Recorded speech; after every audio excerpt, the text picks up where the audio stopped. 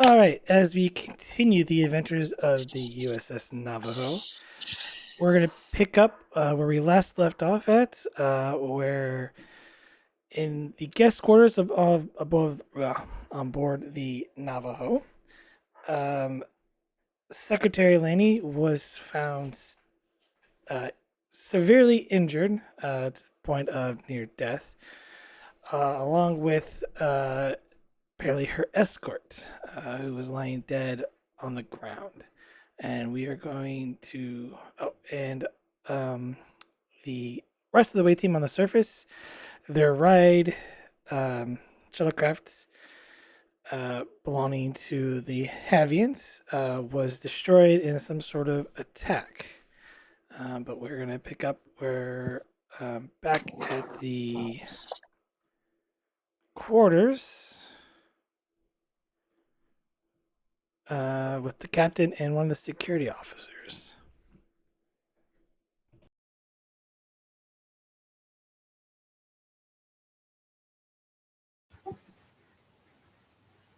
Okay. Just I think Perone and our lovable Telluride security officer need to start securing the scene and uh, looking for clues to discover exactly what happened. Inside security difficulty of 2.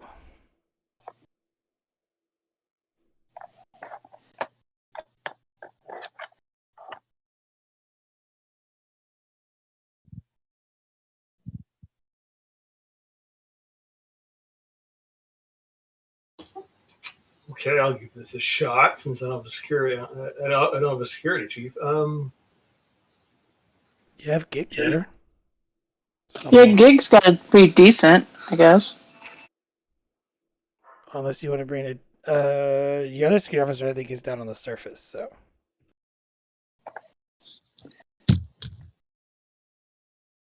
Can we have Gig do it, assisted by the captain's presence command? sure. All that supervision and whatnot. What was the role? Inside security difficulty 2. And this activates him, doesn't it? Yes, it does, I believe. Yeah. Probably give him bold then. hmm That sounds like Gig.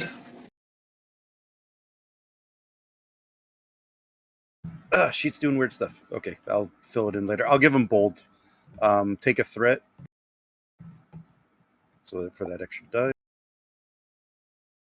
I don't believe he has a focus unless security protocols would work.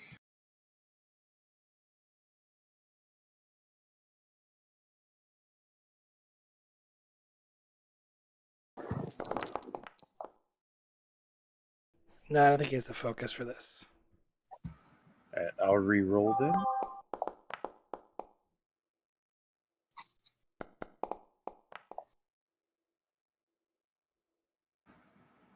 Well, Good looking out, Captain. with the captain's direction, um, from where we last left off, there is a knife, bloody knife, on the ground next to the guard. His helmet's off. Obviously, his throat's been slashed. The knife. Obviously, his blood. There's a lot of. Essentially, there's a lot of blood on the floor. You don't see anything other out of the ordinary, except when you examine the guard, you do find a photo tucked in underneath his armor of a appears to be a photograph of a woman and a small child. Does the child bear any familiar resemblance to the guard? Sort of, yeah. You could ascertain that it's probably some sort of family portrait.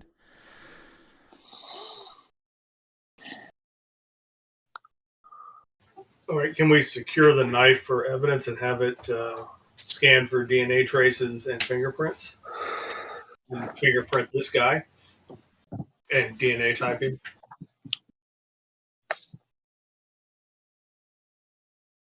Yeah, you will. Yeah, you secure all the evidence. That'd be part of the role.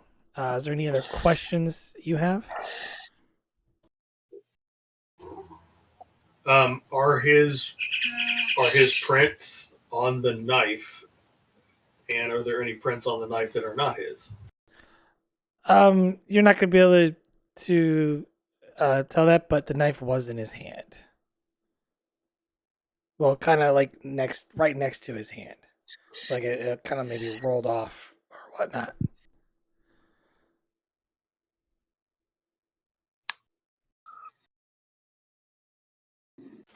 All right, you said his throat was slit.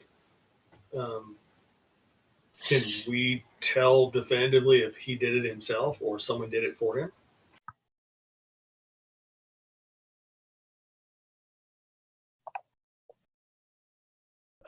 Given the how the blood splatter is, it seems like to indicate that he did it to himself.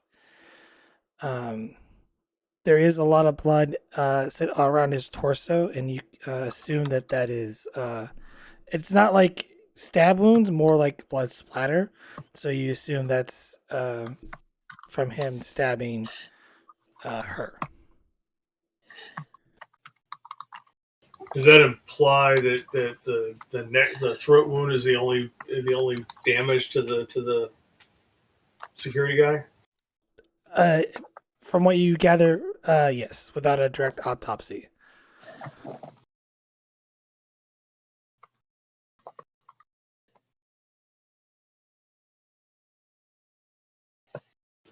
All right, moving away from the body, examining the room itself. Is there anything out of place or unusual in the room? No, there's doesn't seem to be anything out of place. Um,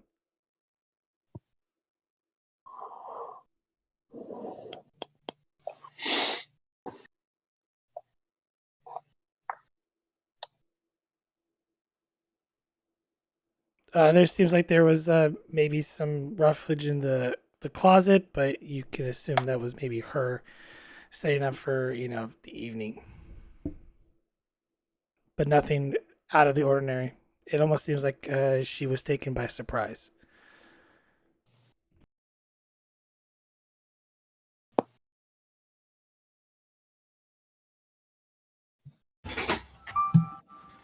Well, the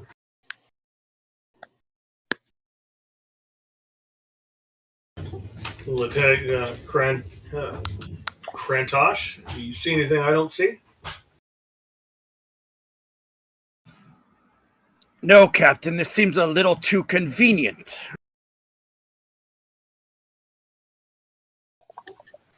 That much we agree upon. Can Giga check the security records of who came in and out of this room in the last hour? Yeah, it was the last two people was obviously yourself, the captain, and the doctor. Follow that was the two guests.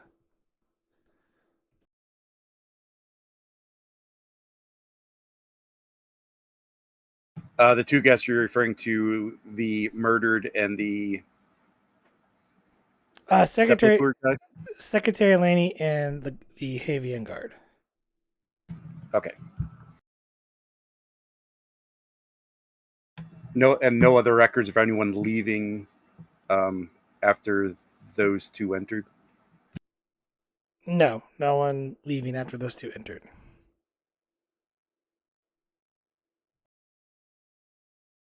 There is a bit of a time discrepancy.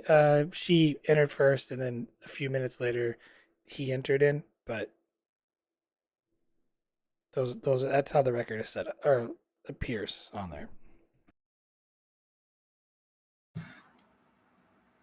Any signs of a struggle? As I stated, it from what you've gathered, the way everything like is kind of laid out, it's hard to tell. It's almost like she got taken by surprise.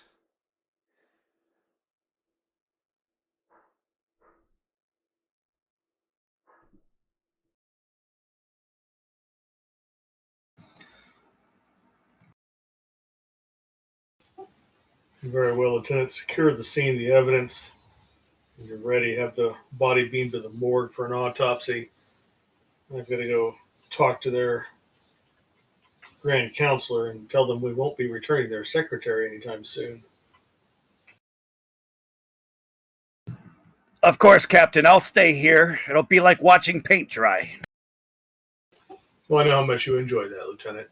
And Perron will walk out the door before the Lieutenant has a chance for a snappy comeback.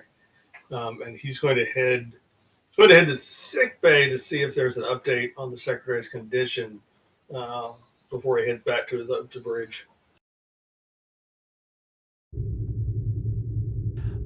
Meanwhile, in sickbay, as we go back a little bit, currently you have a patient who is bleeding out and potentially on the verge of death.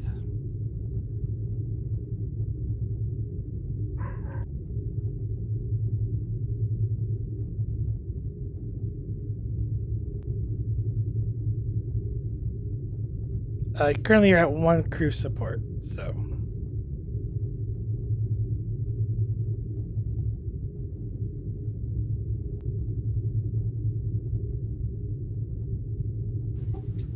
Well, somebody pick a doctor and use our second crew support. I was on mute, by the way. I was saying, yeah, we should probably take the chief medical officer here.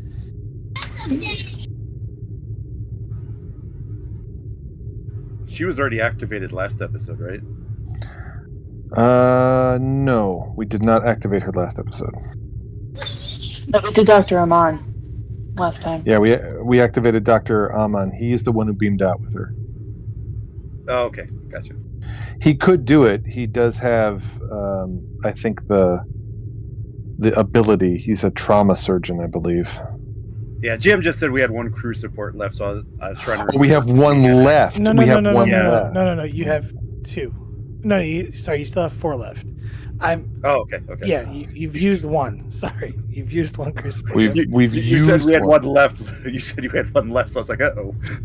So do we want to do Aman, who's more of the trauma surgery, or the CMO? I think the CMO can do it as well. I'm just looking her up real quick.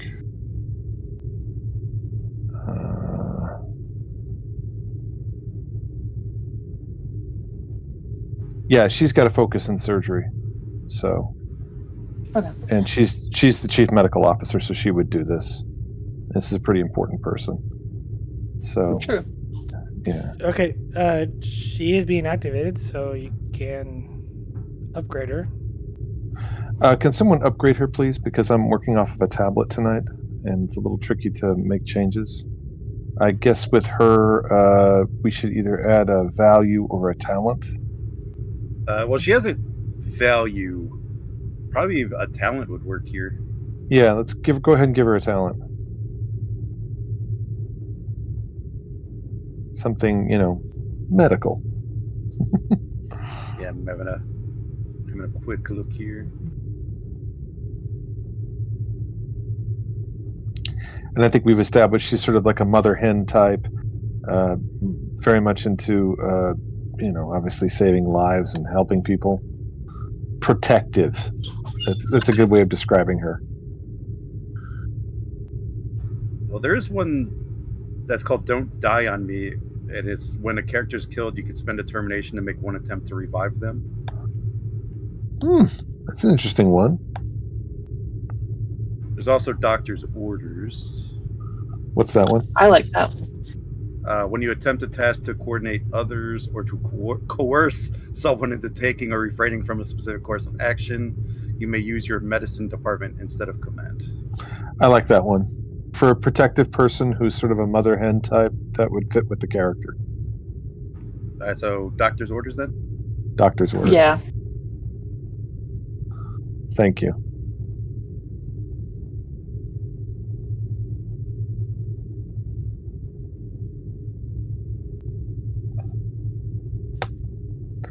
And GM, she would diagnose the injuries and attempt all surgical and medical means to save her life and keep her alive.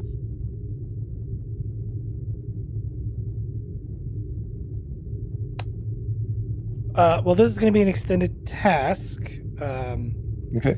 So this is you guys can kind of pick the discipline you're going to be using. Obviously, it's going to be medicine for the department. Mm-hmm. It's going to be a difficulty 4, assisted by if you're scanning the patient. Obviously, you can use the ship's sensors plus medicine. The currently it's difficulty of 4, work 12, resistance of 3. I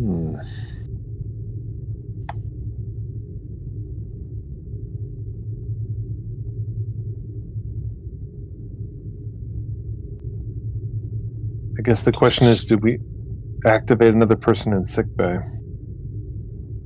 It would activate her chief medical officer bonus momentum thing. Yeah.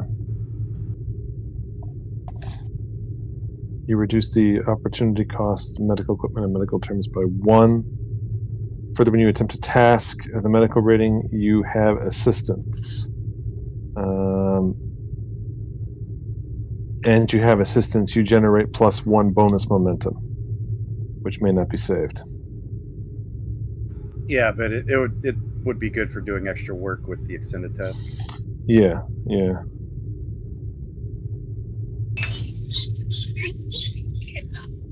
I think we should go ahead and also activate Amon, Amen,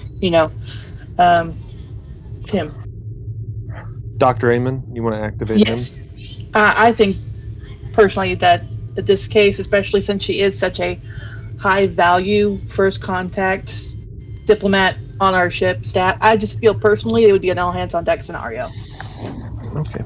You want to roll then for? And does anybody have any disagreement with that? No, I think we need to be successful in this one. Okay. Well, then why don't you roll for and be Dr. Amon, Pixie, and Vogel? Can you please roll for Dr. Whitman? I'll role play as her if need be, but I'm working off a tablet and rolling is a little tricky. Yep. So, no thank you. No problem. Now we are officially down to 1 crew support, though. Yeah, now we're down to 1. And we need that one because we have on the surface with us, we have Johnson. Yeah. So that'll be all of our slots for today. Probably. But this does feel really important. Yeah, I agree. I believe with Amon that also that activates him so you can give him something.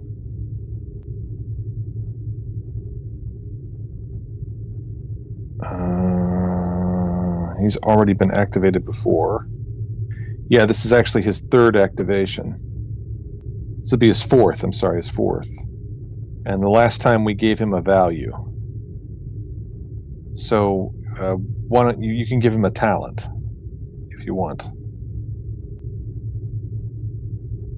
Was this Whitman's first activation? I don't think so. No. Hold on.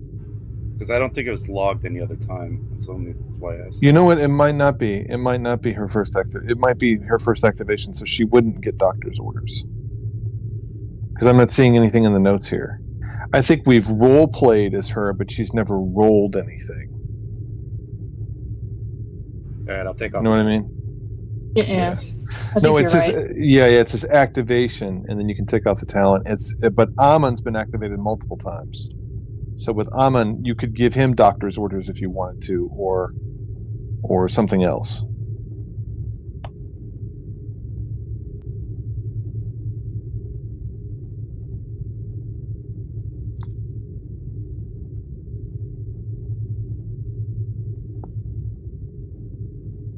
I think it'd be more likely for him to have the first one we discussed. The Don't die on me. Yeah, that one. But Yeah. from what we've heard of him so far. So here's a possibility. Surgery savant, when attempting a medical test during an extended task related to surgery, your impact is increased by 1. That might be consistent with him because he does have internal medicine and surgery as a focus. But So would that have to be the primary? Like, would he have to be primary in her assist for that to be affected? Yeah, but it could be a good idea to have someone that's like a specialist in surgery. and that's what his intention was. That makes sense. Yeah, so he'd That be makes point, sense. do the rolling, and she would be the assist. Yeah. The Yeah. assist. Yeah. I dig. He's also an expert in infectious diseases. That's his other thing.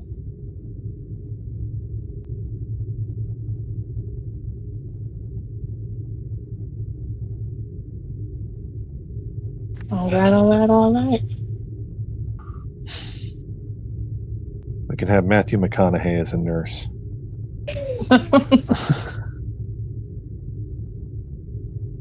Yeah, that definitely needs to be the next psychiatrist, you know? Just you walking as Matthew McConaughey lounging on the couch. How you doing? How you doing? Let's talk. All right, what was the roll? It depends on what you're doing first. But it is the difficulty is obviously either like control or if you're doing surgery right off the bat, or reason medicine if you're doing scanning. But the first difficulty is 4 for starting. From a doctor's standpoint, the first thing that they would try and do is stop the bleeding. That'd be the absolute first thing to do. Like wherever they see that she is bleeding, they would try and stop the bleeding. Yeah, I think diagnosis can kind of not be as important right now because we know what happened. Well, you can. There's a supposition, right, that obviously that she's been wounded with a sharp object, but like in any sort of trauma situation, the very first thing they try and do is stop the bleeding. Yeah, I think you're right. So what are we rolling? Then if you're stopping the bleeding, it is control plus medicine difficulty 4. The ship can assist with computers plus medicine. And then you also get 1 free assist. Obviously, you're out of momentum, so you won't be able to gain an additional assist from that. It's okay. We have bold. So, do we want to load him down with threat and get some extra die? You could probably use determination here too. Yeah, that would make sense. Off the top or later in? Probably off the top. Oh, all right. You know, give them 3 threat, use determination, roll the 3 dice plus the automatic from the determination, try to get some momentum banked. Yeah, that's a good idea. Yeah, with some momentum, we might be able to build in a trait to lower that difficulty or lower the resistance. You know, something like resistance 3. Yeah, something like when we transported her aboard, we got the transporter records could then be used to map out her biology that would make the thing less complicated or resistant, something like that. Yeah. Alrighty. Are we ready?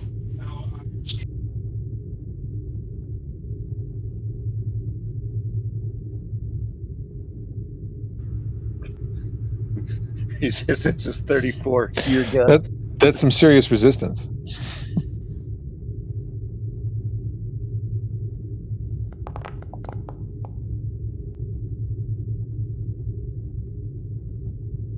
Gain a momentum so far. Okay, and the ship and the other doctor.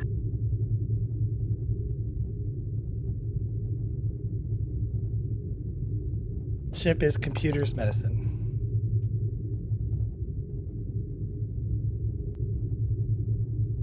Captain, if you want to grab the ship, because I think we're mostly rolling. Yeah, I was going to do that. I just was. I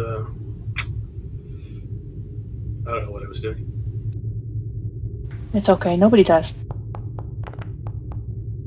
Oh! Oh, nice roll, ship. So 4 momentum total gained.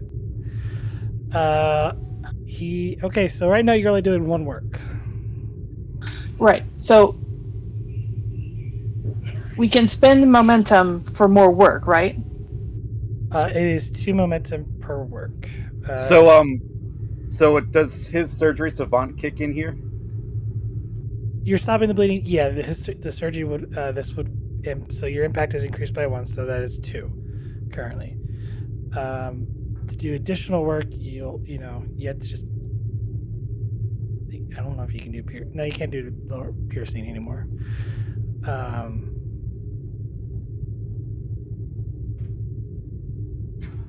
We could spend 2 momentum to do an extra work, and then spend 2 more momentum to try to create a trait that we located the bleeding to lower resistance. That would make sense. Yeah. Can we try that?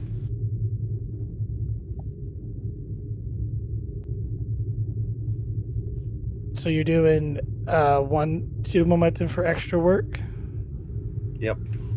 And then 2 more to create a trait.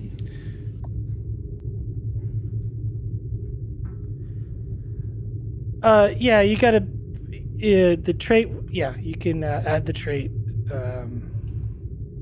You know her anatomy a little bit better. Will lower the resistance by 1.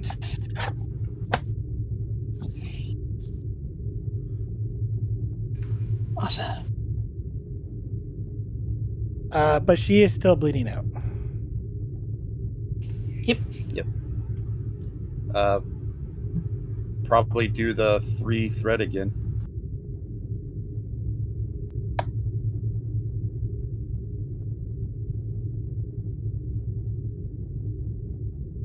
So in the dice pool setup, using a focus, roll 4 die, correct? Yes. Got it. All right. Here we go.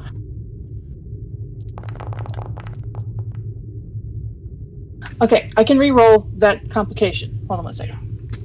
I mean, the successes were fantastic. That they were.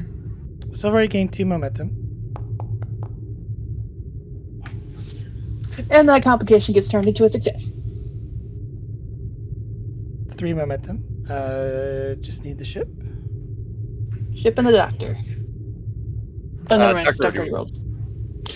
That's Ship. twice. I am so proud of you. Wow, ship. Our ship is an amazing medical vessel. I think the captain should always roll for the ship.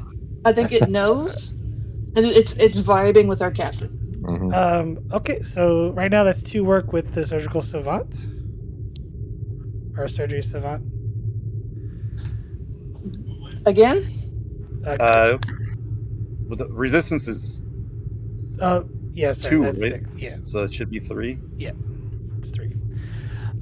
Which is technically the 50% mark. So you managed to stop the internal bleeding. However, as you're digging through her anatomy, trying to stitch everything up, you notice that other parts start bursting out and bleeding even further. The parts that you fixed, and all of a sudden smaller wounds start opening up again.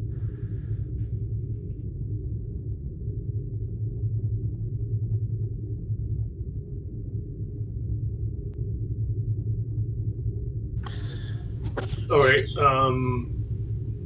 We've got 5 momentum. Why don't we do 4 of them, kind of like we did the last time? Maybe 2 to do an extra work, and then 2 to create another trait to lower the resistance. This time, now that we've been working with the blood for a while, we've managed to synthesize her blood so that we can replace some of what was lost. Well, I'm gonna kind of rephrase this again. I probably phrased this wrong. So you've managed to, stop her the parts that were actually like severed by the knife. But as you started working on it, you realize there's more blood coming from elsewhere in her body. It's almost like new spots are being torn open. So is this the part where we should scan her body? Now that we've stopped the majority of the bleeding out, to see if we can pinpoint better? Or can we use momentum for that instead? Or what I happened? guess mechanically, what happens with your explanation, I think, is what we're asking. Okay. Mechanically, So- it's a change in the state of what the scene is happening. Since extended tasks can mark sort of events that happen, so this is an event that happens during the surgery. Is kind of what's going on. So Yeah, it's another problem to solve. So you're still rolling on the work track. But I'm like changing what I roll because we're doing a different thing. Yes, you can change the roll, so you can do a scan. You can actually start scanning to try to gain more information.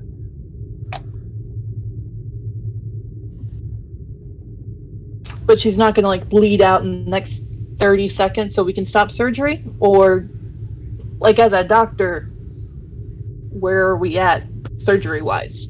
You've managed to stop the major parts from bleeding, so she's not going to bleed out and die.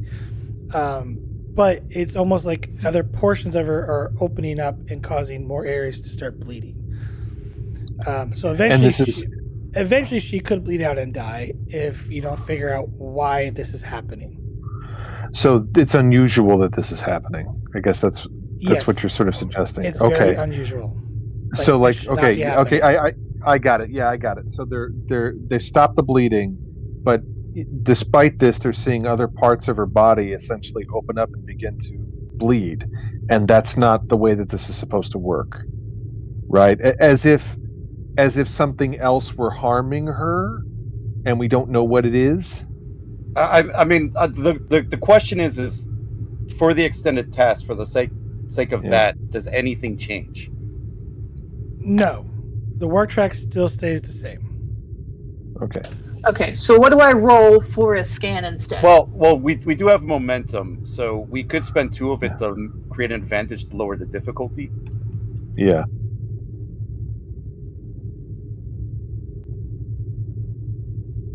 That makes sense.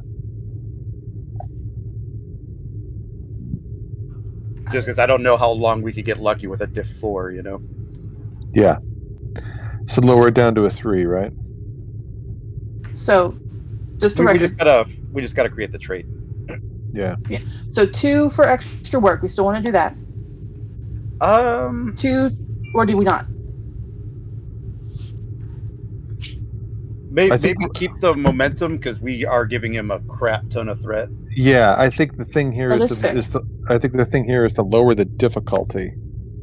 And once the difficulty is lowered, now you're doing a scan. And you can use the Okay. momentum. You can use the momentum to get die to do the scan, potentially. Okay, then Yeah. we're going to do that. What So- do I roll? Well, hold on. We have to tell the GM the trait. So we're spending two momentum to create a trait that will lower the difficulty. And what would that trait be?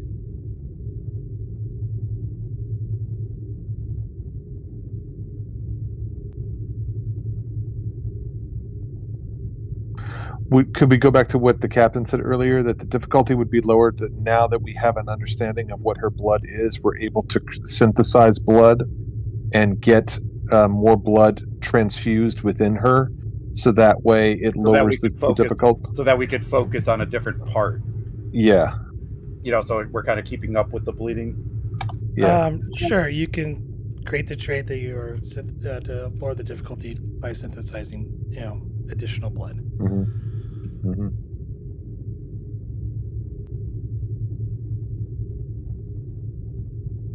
Okay. Now we could probably go reason. Or Yeah, is it reason or better? insight for a scan? That was all I wanted to It's know. reason plus medicine, difficulty 3, resistance of 2. Who's got a higher reason? The We doctor could or switch. We could switch to the doctor here. you could switch the doctor So- here, yeah. Can we switch in a extended task who's doing the main role? I believe so. I don't remember seeing a rule that you can't. Okay, it's your call. I just checking. That's a good question. I Her don't- reason Amon is has a reason yeah. 9, I so don't- And if you have a better reason, she's got a reason 10. Yeah. Yeah, Yeah, I don't Dr. see she any should reason. point, and then I should assist. Yeah. I don't see anything in the rules that say the main roller has to be the same every time. And in surgery, complicated surgery like this is usually a team effort with Yeah. doctors handing off tasks to other doctors and things like that. Mm-hmm. Mm-hmm. I just want to make sure we're being fair and all that, you know. No, it's a good question. I didn't know. I worked under the assumption that it still had to be the one person for the whole task. Yeah. Okay, so you roll point, I'll roll assist, then the ship still gets to roll because we're using the ship sensors to do the scan. GM. Yeah, this ship is assisting with sensors medicine, and yes, your advanced sensors will come into play.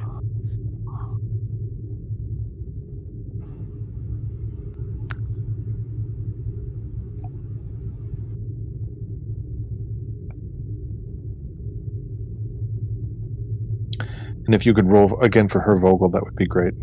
Yep. Just gotta let me know we're rolling here. Thank you. I think And it's we're rolling, reason. medicine, and Yeah, then we want to add how many die for her? 1 or 2?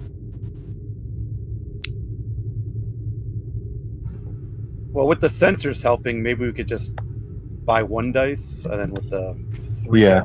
assisting with. That sounds fair. So 3 yeah, for. so 1 momentum. Yeah, 1 momentum. Diagnosis for a focus. Yeah.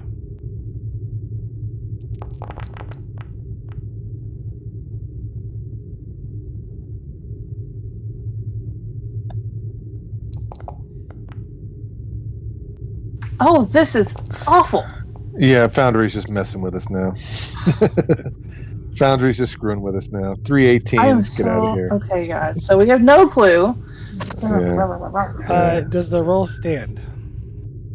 Probably need to have the doctor spend her determination. It's only 2 dice. I don't know if it'll get there. No, can you can spend determination to nullify a complication, can't you? Well, right Not- now not- you need 2 more successes, okay, for the task. There is a complication. You're not going to be able to reroll the ship because you don't really have a talent to do that. Okay. So spend her determination to reroll her pool. Well, it might be a long shot, is what I'm saying. It might be better just to take whatever the complication will be. Well, we have to take complication. Then we don't have a choice there. Yeah, but we can reroll your pool and still have a chance of succeeding because it's a 3. You can roll 3 on the dice. Yeah, you can roll the whole pool. You don't want to take points off the board. All right, so you don't want to re-roll her 1 success. If you use her determination to re-roll, then you just need to roll the 2 failures. Oh yeah, that's what I'm saying. I'm sorry, that's what I meant. You roll up to your whole pool, but we can just re-roll the 2 that flubbed and try to do it. And I'm checking that determination thing because for some reason that is sticking in my brain too.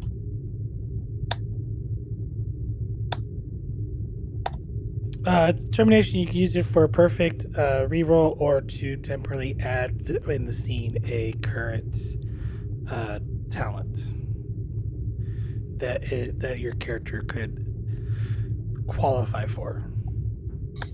Yeah, so we can re-roll those 2 failures.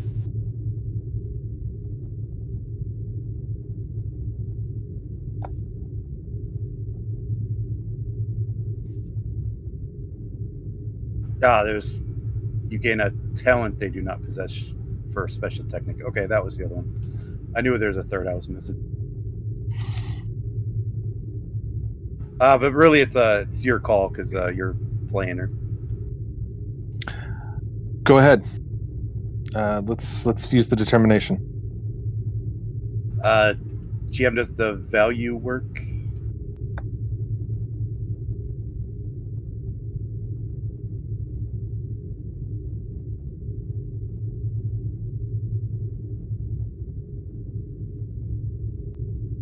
To cure someone, to relieve often, to comfort always. It sounds like re-rolling this would do all of those things. At least hopefully. That feels like that's almost 3 values.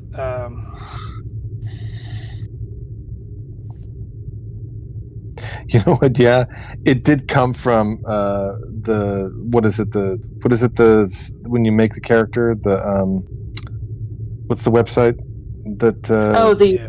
CA. yeah, Brandon that is generated. one Yeah. that was one that was auto generated. Yeah, I'll take it.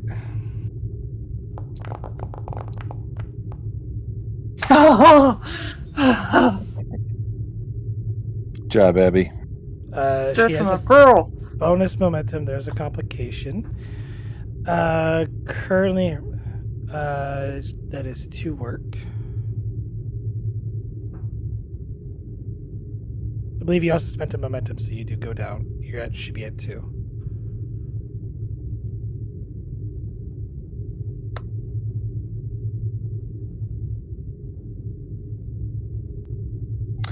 Question is here: do we use the momentum to do additional work? How much work do we have left to do?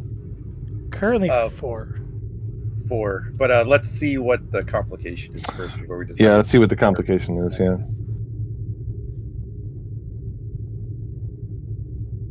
And the results of the scan, so we know what we're working with.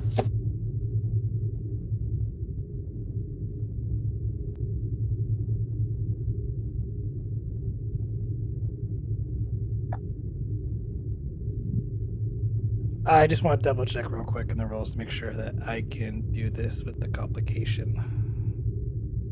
It's all good. I really hope it's not like she dies or something. That would suck.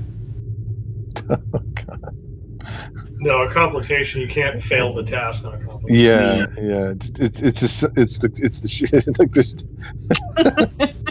the ship I don't know, power goes out in med bay.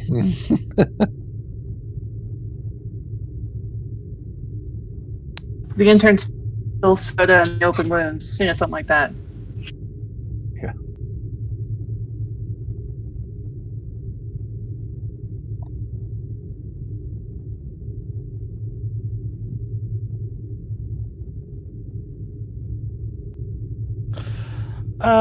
As you're for the complication, as you are continue working on her anatomy, parts of her heart start scarring and rupturing, like being torn. This is going to increase the resistance by 1, so you're back to resistance 3. But we just brought it down. Okay. So in our scan, what did we find? You haven't hit the breakthrough point for it, Oh, so we have to do it again? or you have a bonus momentum that's just sitting there, FYI. So currently we're at work 4, right? Yes. All right, let's probably use the bonus and 1 more, do an extra work. So the bonus and 1 momentum to Yeah. So okay, yeah, we'll do that then. We'll eat the bonus plus 1 momentum in the bank. All right. You have 3 work left. As you hit the next, essentially, breakthrough on this, you find through the scans that there is some metallic type machinery that is currently infesting her body. That seems to be attacking essentially her internal organs. causing new new tears within the or internal anatomy.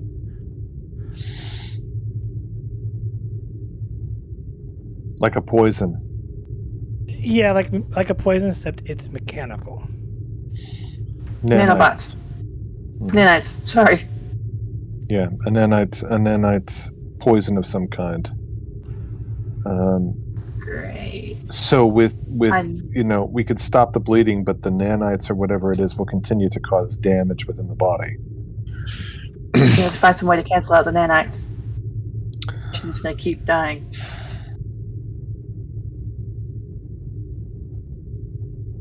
You have to shut them down. One way to shut down machinery is an electromagnetic pulse. Electromagnetic pulse shuts down all machinery. You could have a targeted electromagnetic pulse. It's not too dissimilar from using an electric charge to revitalize a heartbeat, like a defibrillator. The cardiostimulator device could be used to create such a pulse to potentially, or in theory, could be used and disable the nanite devices. But we're getting more into engineering than necessarily into medicine. Yeah, because Not without precedent, yeah. my thought was to use the medical transporters to remove the nanites, which would also be an engineering role. Can you Yeah. do that? They're so small though. Basically what you're doing is you're targeting the transporter to remove any non-organic material from her body. But the transporter does that sort of thing all the time with its biofilters. It does. The Yeah, but thing she is, came though, on the ship, obviously, would- with them, right? not necessarily. The weapon that injured her could have had it on them, or it could have been injected into her. There's lots of different ways it could have gotten into her. I guess the thing with the transporter, though, is in order to use the transporter, you would have to transport her into the transporter bay and then transport her back into the medical bay. And No, then he's saying to use the medical the medical transporters to transport those things from her body, not the other way around. You're thinking of sending her back through the transporter. This is the other way that we target Okay. those things. Okay. Either way, I think works, but you're the doctor in charge, so. Well, I didn't know transporters could do that. Yeah, I was like, Ian Pulse, that sounds good to me. Let's do that. But The Voyager's doctor did that a few times, where he targeted something in the body and transported out. Yeah, Okay. you wouldn't even have to Nanites transport her somewhere. I mean, you just put her pattern in the buffer and then rematerialize her. Yeah, because Oh, if that was the case, almost if that was molecular. the case, they would already be out of her body because she was transported here. But She was, yeah.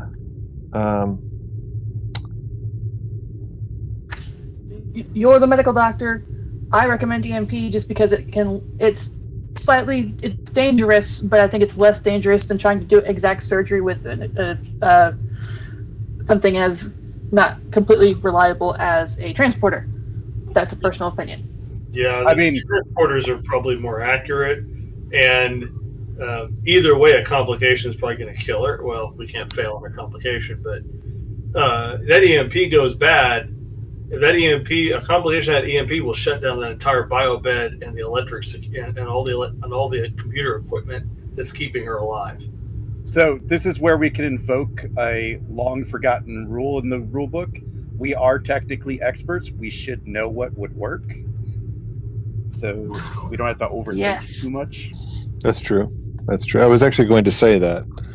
GM, what should we do? Because we would know. Here's the thing. On this part, I was just gonna let you guys come up with whatever solution you think your characters would do through role play, and then you were just gonna roll and finish the extended task.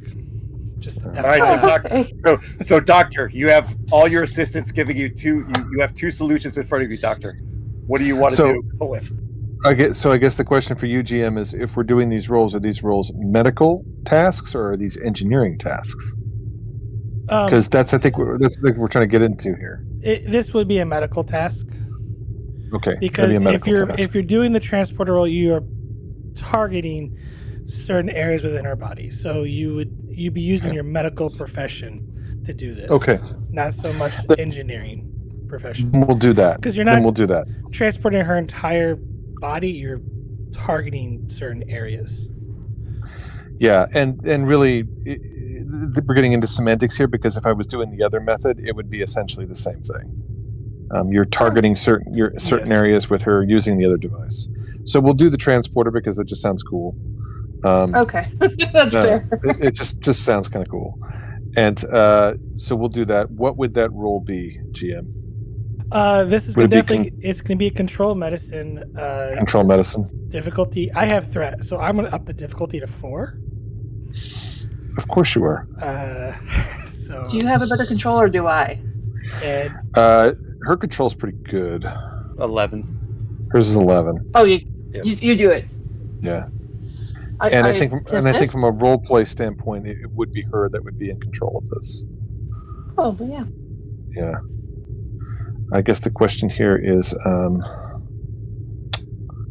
dice wise, I guess how much work we have left to do? 2? 3. 3. We have 3. The resistance at 3. Yeah. I don't want to give him any more threat. I guess We though might have to.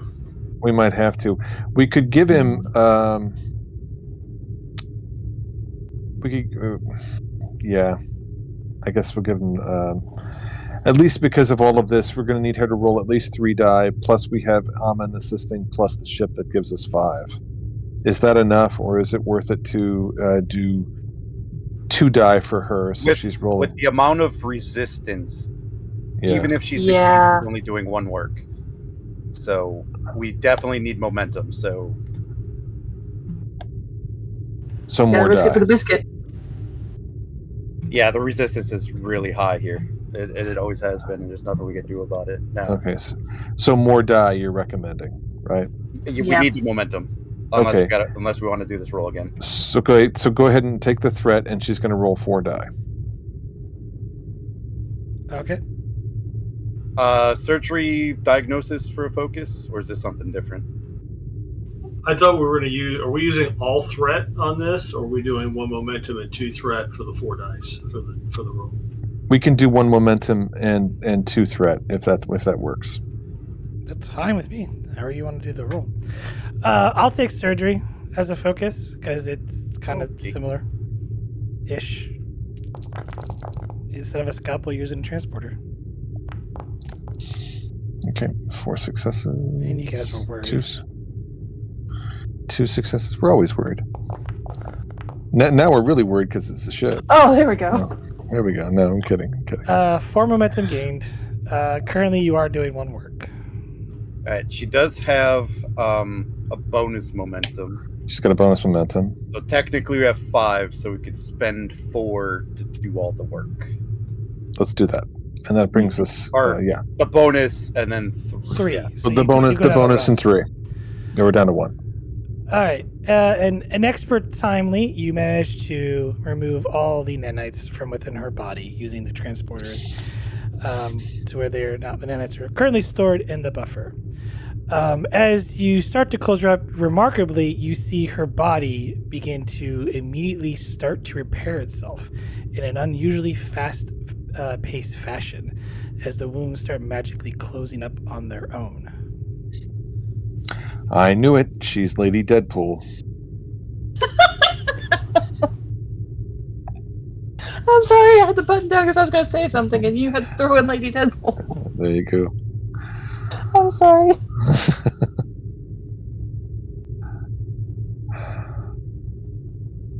So her regenerative ability is amazing. Well done, Amond. Thank you, Doctor. Okay, let's get her stabilized.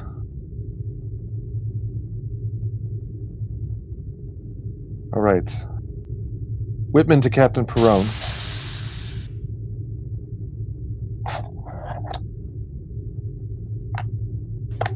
Coincidentally, he walks in the med bay. In the sick Oh, bay. okay. So he's actually here now. Okay, good. Okay. I can't move her token. Can you? Someone move me over to her? Or move me over to the captain. You have an update, Doctor. Okay, David, she's stable now. Multiple lacerations. She had some kind of technical poison put in her. The best guess that we can do right now, it's nanites. They had been placed in her in some way, maybe possibly through the weapon that injured her, and they were causing additional damage to her body while we were trying to stop the bleeding. We removed the nanites using the transporter, but I've never seen anything like this before. And now that we've got the nanites out of her body is regenerating at a very rapid rate. It might be unique to their physiology. That's amazing. But you'll do good work. What? Just one. Perot holds up a finger and taps his comm badge. It's the captain to Lieutenant Krantosh. Is that Gig? That's Gig. Yes, go ahead, Captain. I'm still looking at the blood dry. I got something else for you to look at, LT. I want you to take another look at that knife. Check it for any type of poison coating or some mechanism that can be used to inject nanites into its victim. Oh, and be careful. Don't stab yourself. Lieutenant, this is Dr. Whitman. You need to be looking specifically for nanites, anything small robotic devices of any kind, any traces of it on the knife or anywhere in the room. You can spend a momentum, or you can just roll for it with an insight plus security difficulty of 1. I'll roll it, try to get some momentums. Where are you, Gig? There you are. Take a threat. You say insight security? Yes.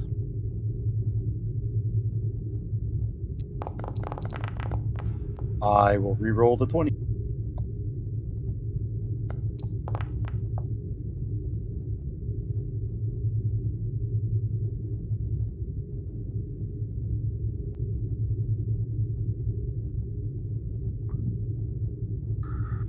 Is that all you want me to look for, Doctor? I thought this was something important. I had you looking for what was the investigation I had you do was right at your level of abilities there, Lieutenant. Well, hey, would you look at this? There does seem to be some type of injector built into the knife edge here. Whatever was in it, though, is gone.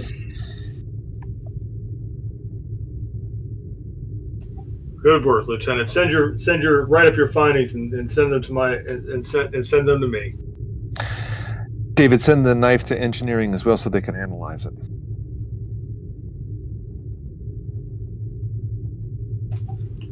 I would, but at the moment that is evidence in a crime scene. It needs to stay in the evidence locker in security. What the hell happened?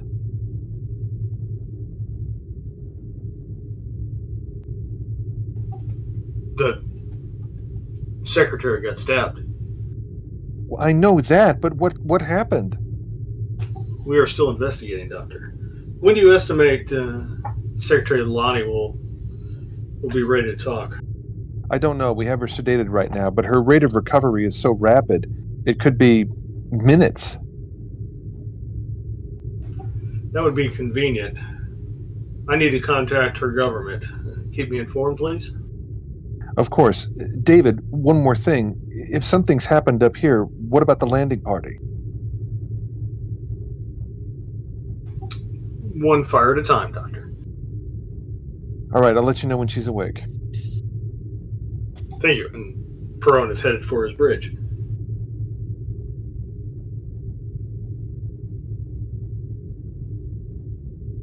And if that wasn't a cue for a segue to the planet, I don't know what is. Do.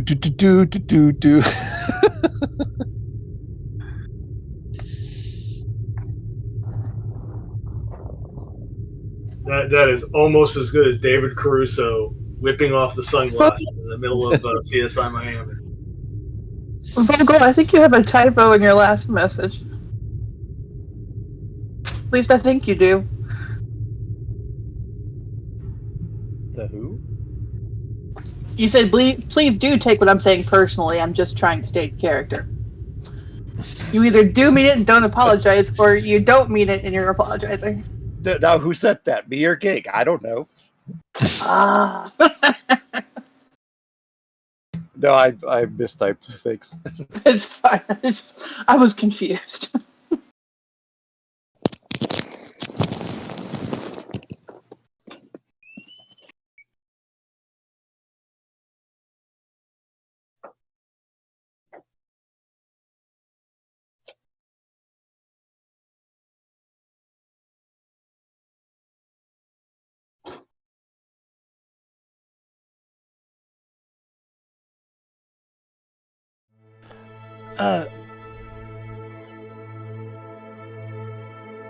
Yeah, that's not great music.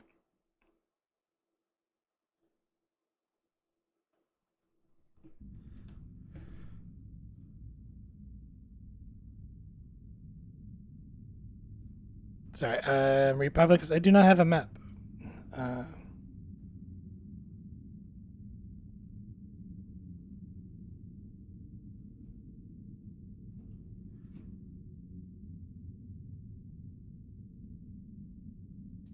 Oh, does that mean the pilot is dead now too? Oh yeah. Or did he get off the ship? Oh, dang. Vogel is slightly injured. I just about avoided getting blown the F up. You did.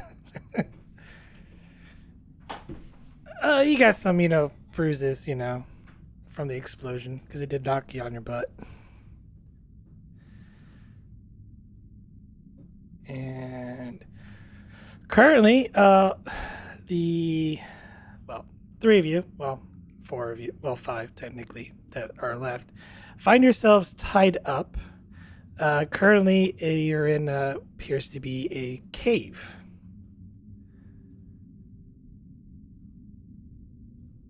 Of course we are.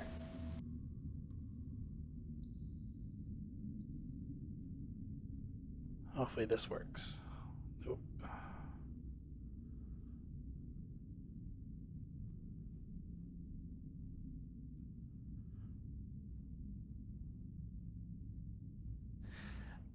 There appears to be a couple watching you, and then a couple people watching, and then a few others like about the inside the cave. You can and then hear some voices off in the distance.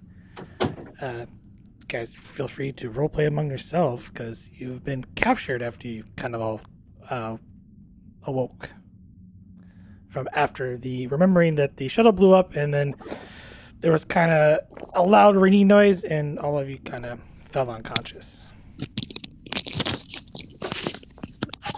Dennis, would you mind explaining what's going on, please? Do not say a word. Oh, I'm going to say a lot of them.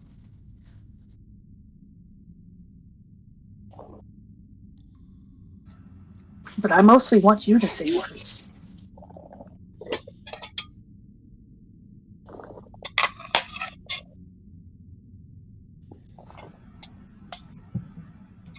Ouch.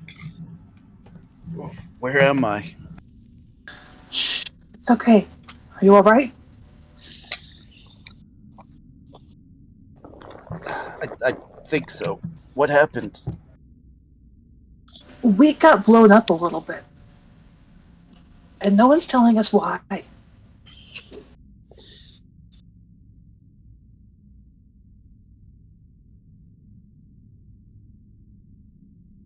Johnson, are you okay?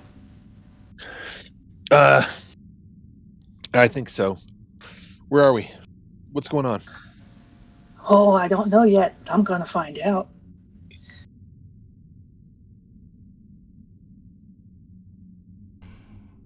As a guy in a lab coat walks up, looks at the three of you and then walks up to Vogel. Pulls out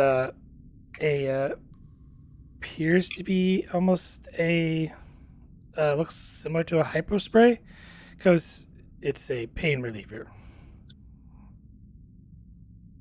I'm a doctor. Wouldn't be in pain if you hadn't blown us up. Apologies. You are not from here. Where are we? What gave it away? In a cave system very deep within a mountain. That's all you need to know. I would like to know if we're going to die of radiation poisoning, though, personally. You're. I assure you, there is no radiation in here. He looks to Vogel. Like, do you want it? I'll be fine. I'll deal with the pain, then trust something you might give. Understood. Are there any other injuries that can treat you?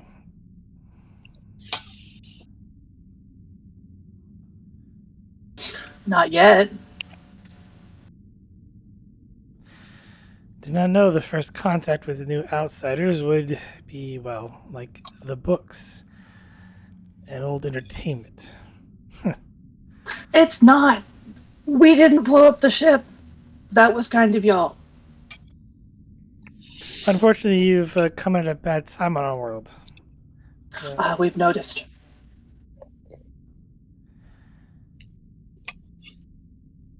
Very well. Well, excuse me? Wait a minute. Wait. Who are you? You said this is a bad time for your world. Who are you? I'm Dr. Talon. Yes, but who are you with? Are you part of the government? No. Is your group responsible for blowing up our shuttle? Well, yes. Oh. We would not be here if we did it. If we didn't blow it up. You have to apologize for my associates. They thought you were a strike team. We don't strike. We talk. We're very nice. Yes, but your companions here often send, well, death soldiers out to hunt us. Okay, so now we're getting somewhere. What's going on? We got here an hour and a half ago, and they said they had to talk, and we waited in a room. And then they're like, oh, you can scan for radiation. So we came out here, we scanned for radiation, and then you blew up. That's all we got. We have no clue what is going on in your world because we just got here. I'm trying very hard to remain calm, but it's getting harder the more you don't tell me things that are important. Do we have our communicators on us, GM? Yeah. But And you are bound. You are bound, just FYI. Well, we are bound under a mountain, under a shield, planet terrified. I don't think we're getting a signal out. Well, the first At least thing, not tied up. well, the first thing that Johansson is that okay, so we've established with you that we're not with whoever you were attacking. Is there a reason why we're still bound? Well, you are with the ones who we are currently resisting.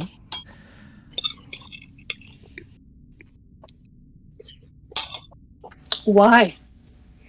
Well, we don't know if you're either friend or foe, and for all we know is you could definitely be a foe, especially if you decide to ally yourselves with the government.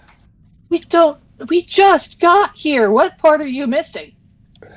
This was supposed to be first contact. We come, we meet, we talk, we go separate ways. We send more people, we talk, we go back. We haven't done anything. There is radiation on your surface. That is the limit of my knowledge here. We just got here. What is going on? Why are you resisting? What's the important deal? Why are there no emotions on this freaking planet? What is going on? Doctor, I'll handle this. Talking is a bit more of your forte, Lyra. Excuse me, I have other patients to attend to.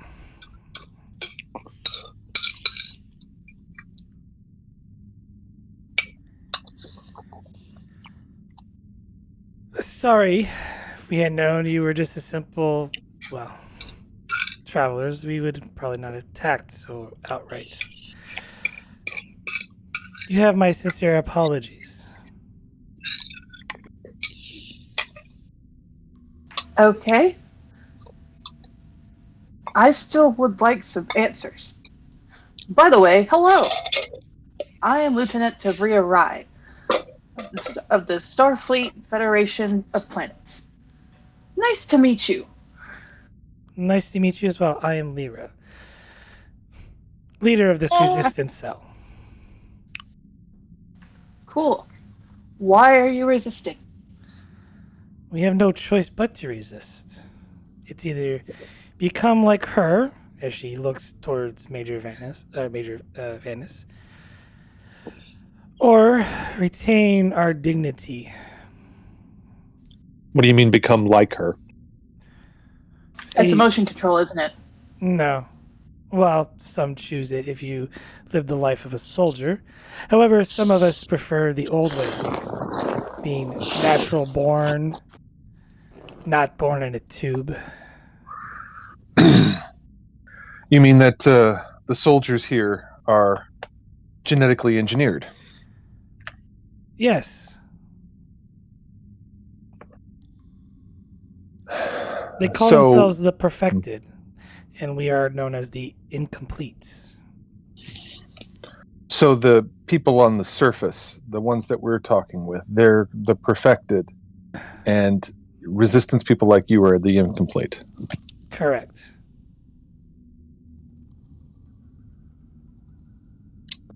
Well, you learn something new every day.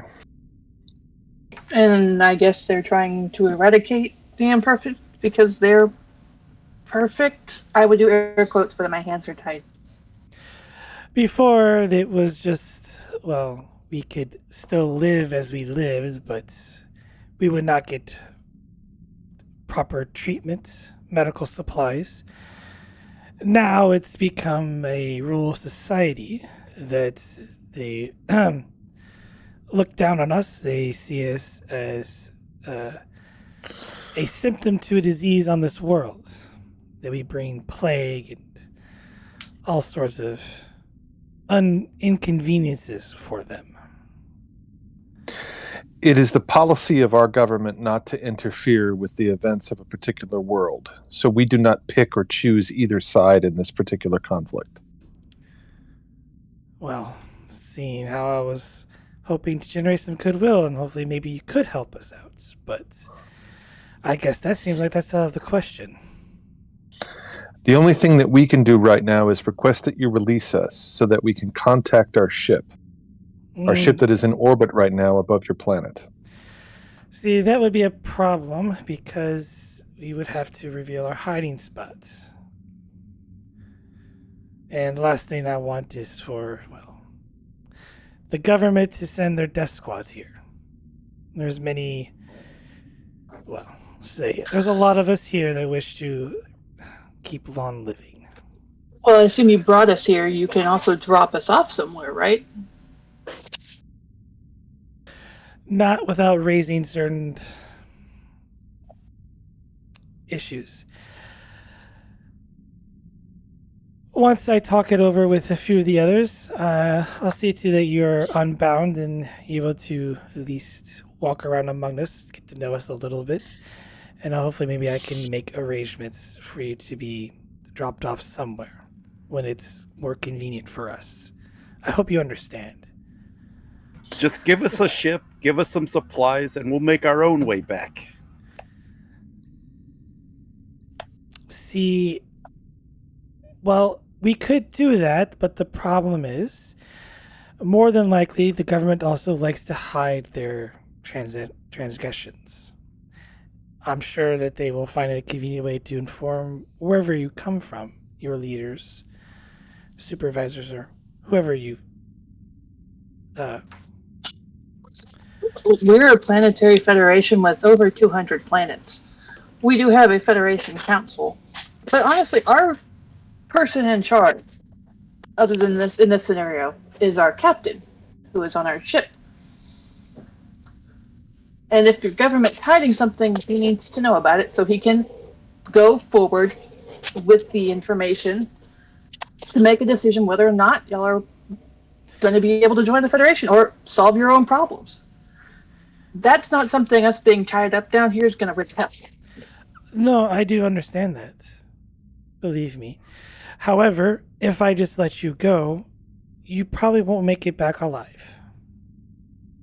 You're saying that the government that they represent, the perfected, will kill us. More than likely. I mean, that makes sense. What do you plan to do with them, the perfected that you've captured here? Well, torture is useless and I don't particularly care for it, but some of them do contain memory modules. Plan to extract the memory modules later on. Trust me, I won't kill them, but at least give a chance for our survival and to know what they're planning. Major Vanis is quite an important individual, so I can't let this opportunity go to waste. How long has this conflict been going on? Centuries. So for centuries before you've lived the- underground? No, we used to live on the surface. It's only recently that we've dove ourselves underground. What drove you underground? Let's just say they did. So the fighting between you has gone on for centuries on the surface of the planet, and recently you've been driven underground. We've had to take these measures, yes. Ever since they completed the ring.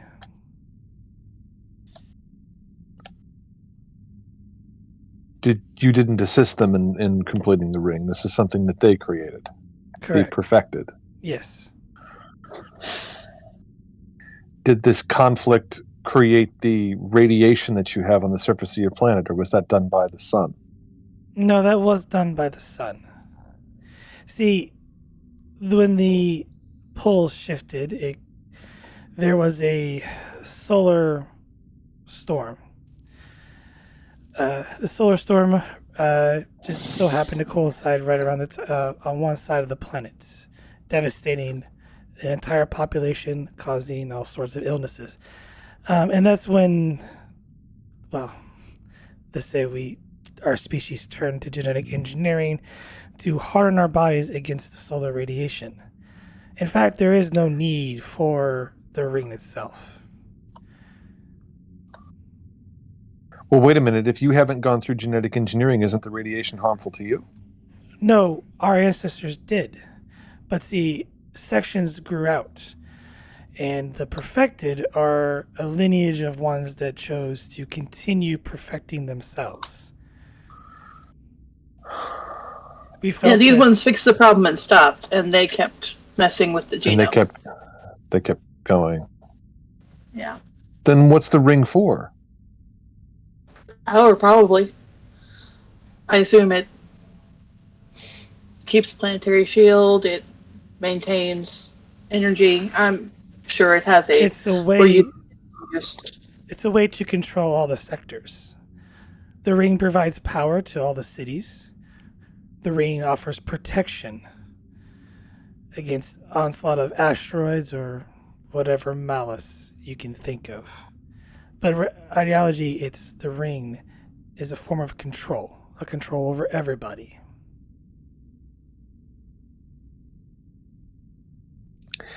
We should tell you that if we're not able to report to our ship will take all measures to try to look for us. And the scanning equipment on our ship is far more advanced than anything that you have here on this planet. That's assuming, of course, that the government, the perfected, also assist them. They have no knowledge of your resistance movement or anything that you've told us.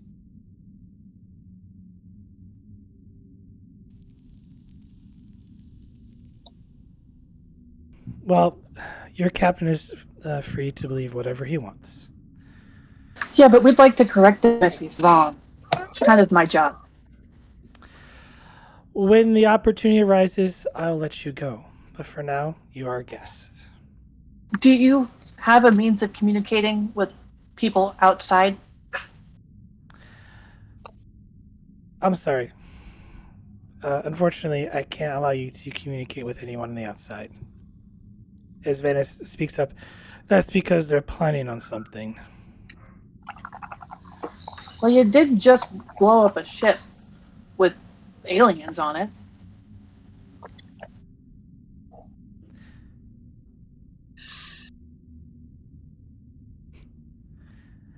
No, they're planning something bigger, says Venice. Oh, now you want to talk. Lyra goes, well, I tried to be hospitable. Anyway, I'll see that you're fed. Do you excuse me? We And she walks off.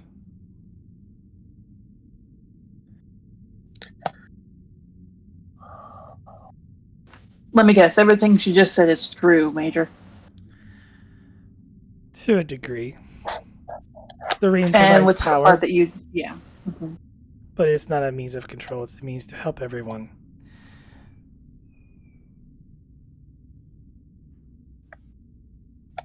Sure, sure. So you haven't been sent out here to kill people like them before because they're different? That's because they attack the cities, they attack the supply lines. They Because you kicked them steal. out of your cities and turned off their supplies. They willingly left. They are free to. They were free to do so. Well, they were free to upgrade or stay as themselves. And let me guess, you said that wasn't okay. There is no point in this argument. If we are to get out of here alive, we must work together. Ah, yeah, that's gonna be a thing, isn't it? Lieutenant, what should we do? We need to get in contact with the captain. They didn't take our communicators away from us, but I don't know if we're going to be able to get through the shield in order to communicate with the captain. And we're still bound. I think for right now, we have to ride on the faith that they're actually not going to harm us. Try to figure out what's actually going on. If And then anything, try to they'll reach use the us as captain. bargaining chips. Possibly. They're a resistance movement. So their ideas Yes. are their tactics are hit and run, and hostage seizure and hostage exchange. Assuming that they do that, and I look at the major and say, do they do that? This is the first they've taken hostages. So they normally just kill you. Most of the time, they don't get the opportunity. Yes. Mm-hmm. So we're a curiosity to them. They're going to want to know more about our Federation and our technology, Lieutenant, so that we can potentially help their resistance movement. If I were them, that's what I would do. We can't tell them anything. Or they're going to try to use us as leverage and try to force the captain's hand for something. Yeah. Which the captain knows better than to do. I don't have any worries about that. My concern right now is making sure that we survive for the next amount of time. So nothing drastic, nothing shady. We are very much at their goodwill at the moment. Don't rock the boat until we need to get out of it.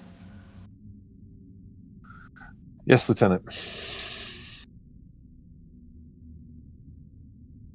And if anyone gets to throw a punch, I get to go first.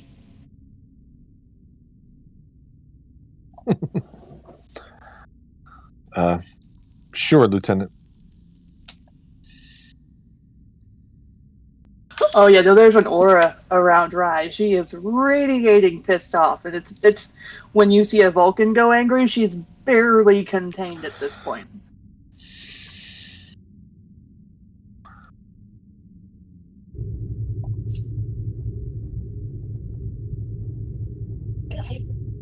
Vogel definitely knows that after seeing Rye like this, never to piss her off. Oh yeah. All right, we're gonna transition over to the bridge as we change scenes. So you go down one momentum.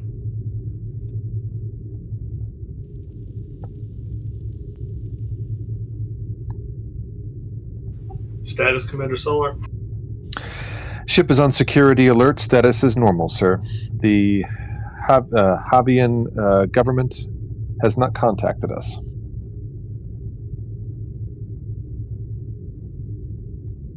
I was about ready to ask for the status of the landing party. They have not checked in.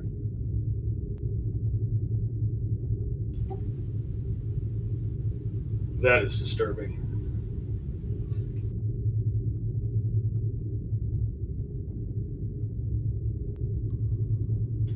Operations. Give me the Havian government. Commander Solar, see if you can establish communication with the away team while I'm talking to the Havian government. Sure. Yes, Captain. Would someone be so kind as to move me out of the captain's chair so that the captain can sit in it? Thank you. I got you.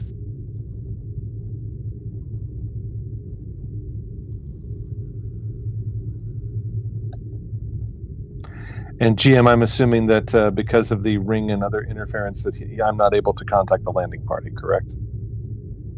Correct. You don't get a response. Captain, there is no response from the landing party.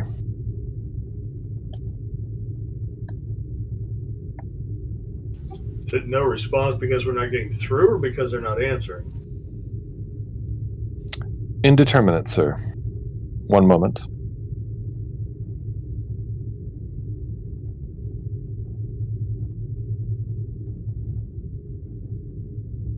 And then GM, to answer his question, do you need me to roll for that, or can I just assume the answer?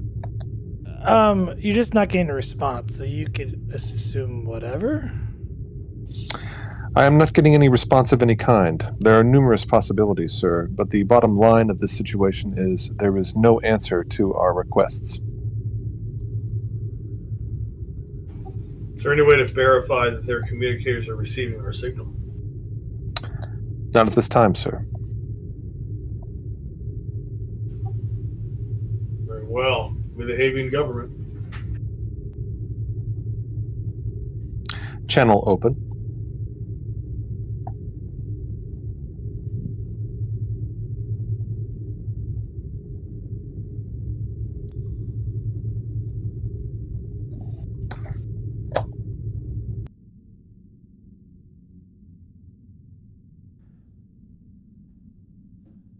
Captain Perone,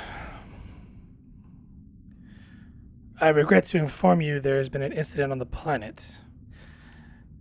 It appears one of the shuttle crashed. We're currently trying to locate your crew members at this time. What is the status of Secretary Lonnie? Well, I regret to inform you that there's been an incident on board my vessel as well. Our initial investigation indicates that Secretary Lonnie's escort attacked her.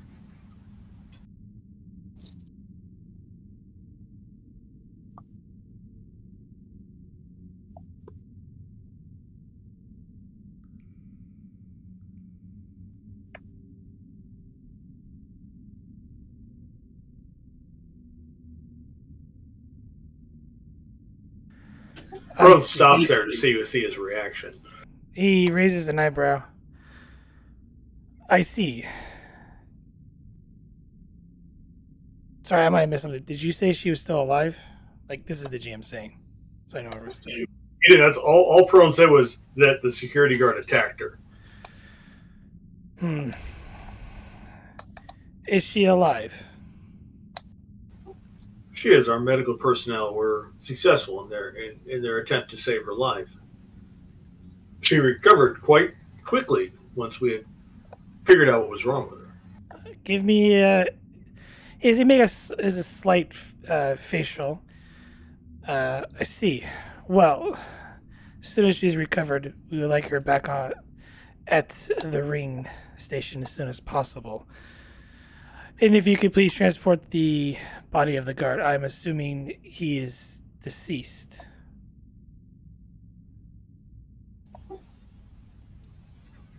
I'm curious as to why you would make that assumption.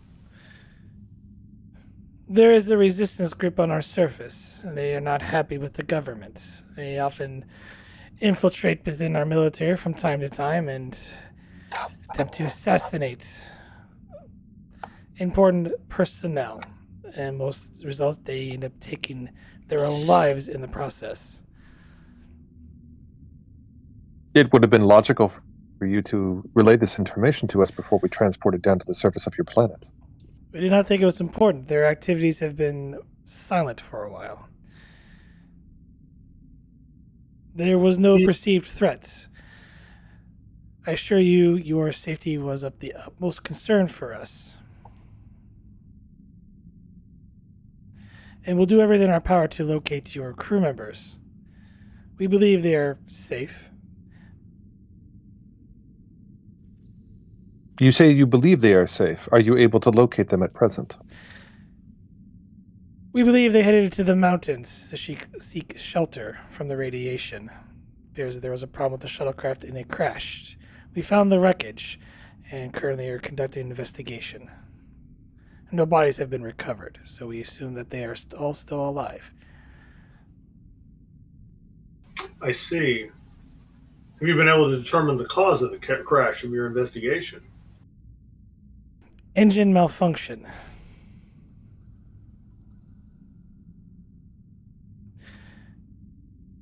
The engine most likely overheated. Oh, sounds like poor maintenance, Minister. Well, I assure to you that anyone, if responsible for this crash, will be held responsibly, and appropriate measures will be taken.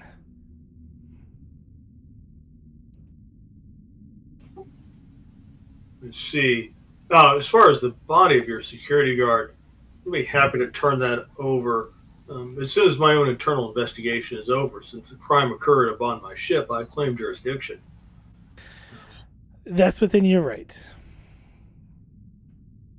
As soon as Secretary Lonnie is well again and has an opportunity to answer some questions as well, we will return here as well. I would like permission to include some of my officers in the search for my crew. I will look into it, but for your safety, I will ask you to leave this in our hands. We know this world better than you, and I do not want any more unfortunate circumstances to befall your people.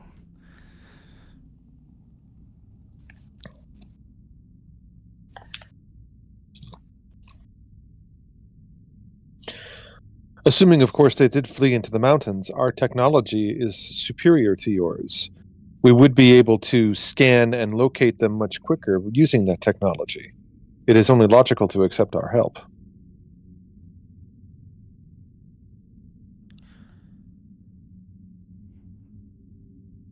Are your scans able to penetrate our shield?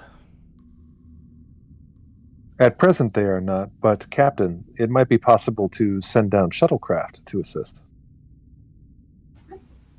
If you could give us the harmonic frequency of your shield, we could adjust our sensors appropriately. That would aid in the search. I'm sorry, Captain. I cannot allow that. And I cannot afford to bring down the shield, as the solar radiation would cause devastation on our world. As for alien craft going through our shield, I do not wish to amass a panic among our people at this time. Well, certainly the area in which the crash happened it was not heavily populated, was it? You said they were headed out to investigate the outer areas. Yes. They were, but you are close to one of our major cities. Your landing craft would be somewhat seen entering the atmosphere.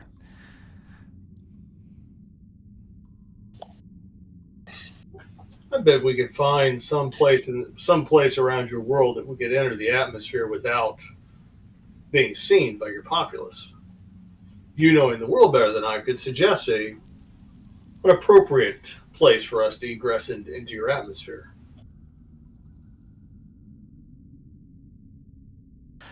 I will take that under advisement when I speak with the council on this.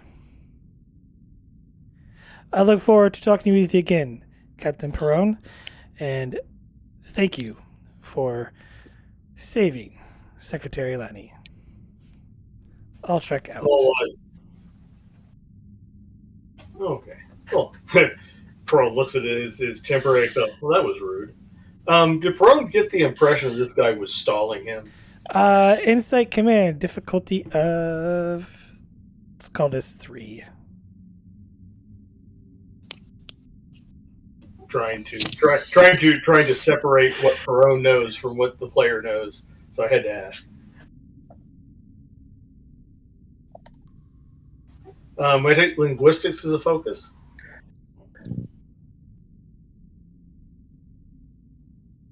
Speech patterns and whatnot.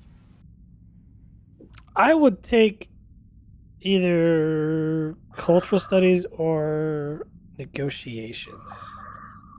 I'll buy that for $1. Now you have that momentum if you want to use it.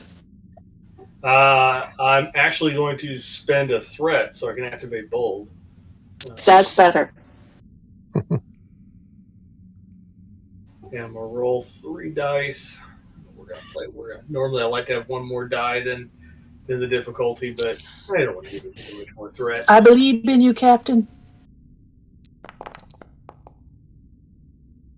I believed wrong. Heck. You have a reroll.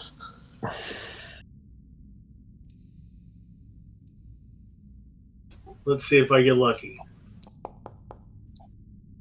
I do not. Dang it. I'm gonna let it stand. I don't think this Yeah. is dire a place for my one little measly determination.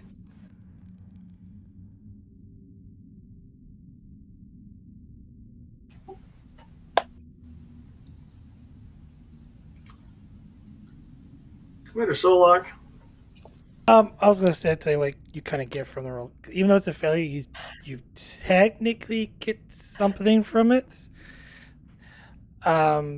So you seem to way you perceive things with him. He seemed like he was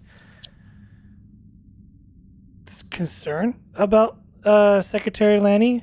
As far as the other stuff he was talking about, he seemed genuine in his response on that.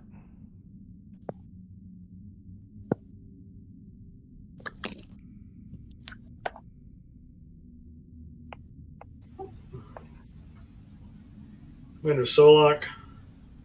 Captain. In case they don't allow us to bring our ships inside their planetary shield, find me a way to scan through that shield. I will do my best, Captain.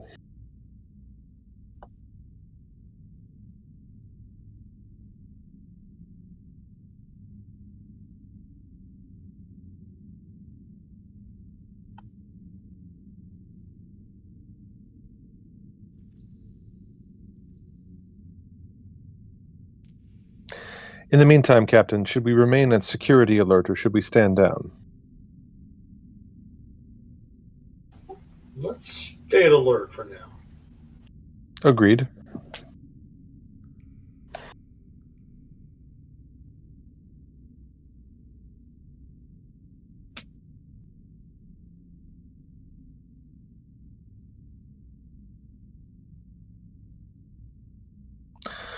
So if Solok is trying to find a way to scan through their shield, Reason engineering, difficulty 4.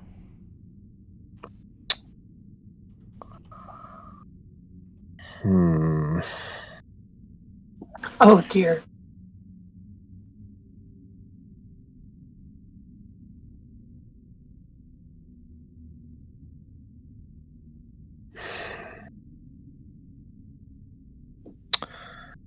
I would guess here, well, there's not much I can do with that one.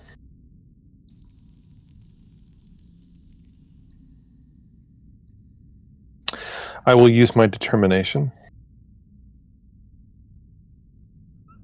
What value? Information is power. How very Mirror of Universe like of you. I guess the question Sure. here is, I do have that. We don't have any. Do we have any momentum left? We do have. I'll We have spend one. I'll take one momentum, and yeah. So if I'm using the You'd be rolling. determination Yeah, you just roll 2 dice. Because to die, even though you have to still buy the 3rd dice, you know. okay. I'll buy one more dice with threat. Okay, so you're gonna roll total 4 dice with determination. Is that right? Yes. Okay, so just roll 3 dice because of the. Roll 3 dice using the determination Yep. and the focus. Oh, sorry. Focus of reverse engineering. I would take like shield harmonics, something along those lines. Repairs and maintenance, diagnostics, computers. Yeah, I don't have shield harmonics, so no focus. We'll try the roll with that.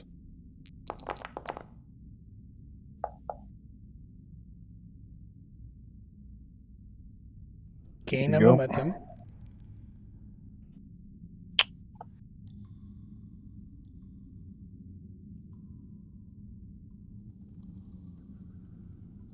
Are you able to receive messages on Discord, or since you're on your tablet? Yes, I can receive messages on Discord. Yes.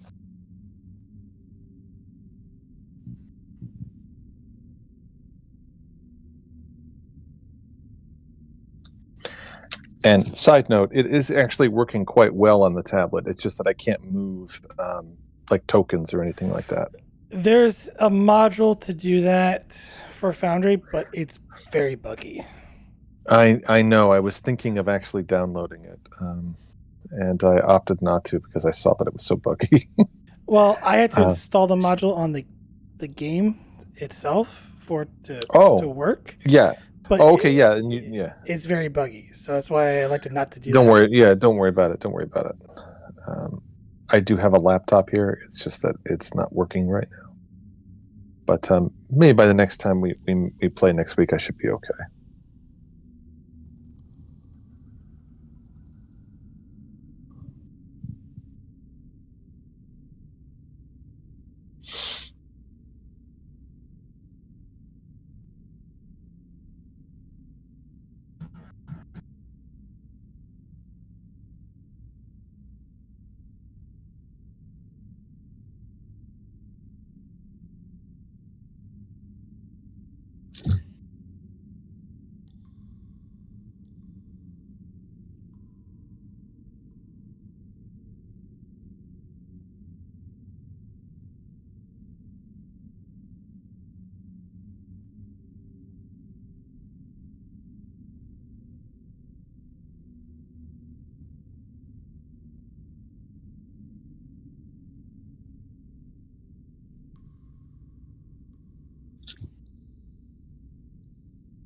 So while we're waiting, any cool plans this week, guys? I'm actually here in Michigan with family. We actually had a death in the family. Oh, I'm so sorry. Yeah, everyone's okay. This was expected, but still, everyone's doing all right though. And I might be out here for a little while. My wife has actually been out here for 3 weeks now, and we're kind of dealing with things with the house and stuff like that out here, Yeah, and the not so fun things, stuff. things like that. And so, but it is unseasonably warm here. I'm in the Upper Peninsula of Michigan, so we're right on Lake Superior in the city of Marquette, and it is beautiful. The foliage here is amazing, and we've had Gorgeous. absolutely gorgeous weather. Gorgeous weather. In fact, Yeah. where we live in Vancouver, they just had a massive rainstorm. I just found out about it today, and like parts of Vancouver, there was like flash flooding, and all sorts of stuff, which is not common for that area. Flooding of that kind is crazy. So it's sort of nuts. Captain Solak says, the shield system seems that the frequency changes randomly. It is not possible to get a shuttle through due to the intervals, but a transporter signal can get through. Is it possible for us to scan the surface of the planet through the shield then? Based on what I am getting here, it does not seem to be possible. Unless the GM is typing something different. Based on the information you have, that seems like that's gonna be a trait creation that you're gonna have to come up with a way to use the information you have to try to scan.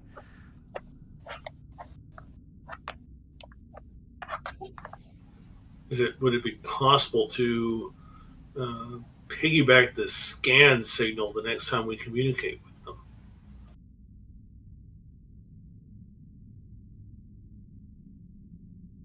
It goes through subspace, so I really don't think that's a thing in Trek.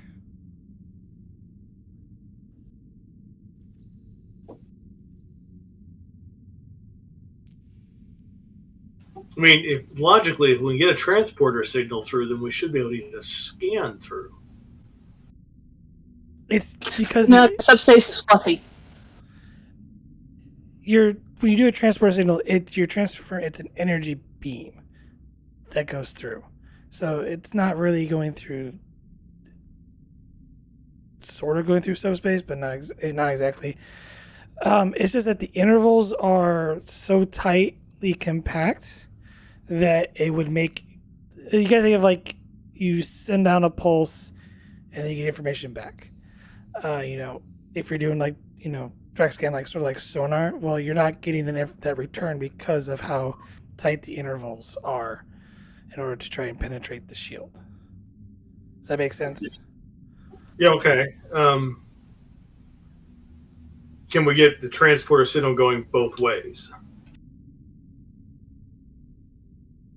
I mean, what I'm asking is, when you transport someone down there, can we get somebody back? Probably not.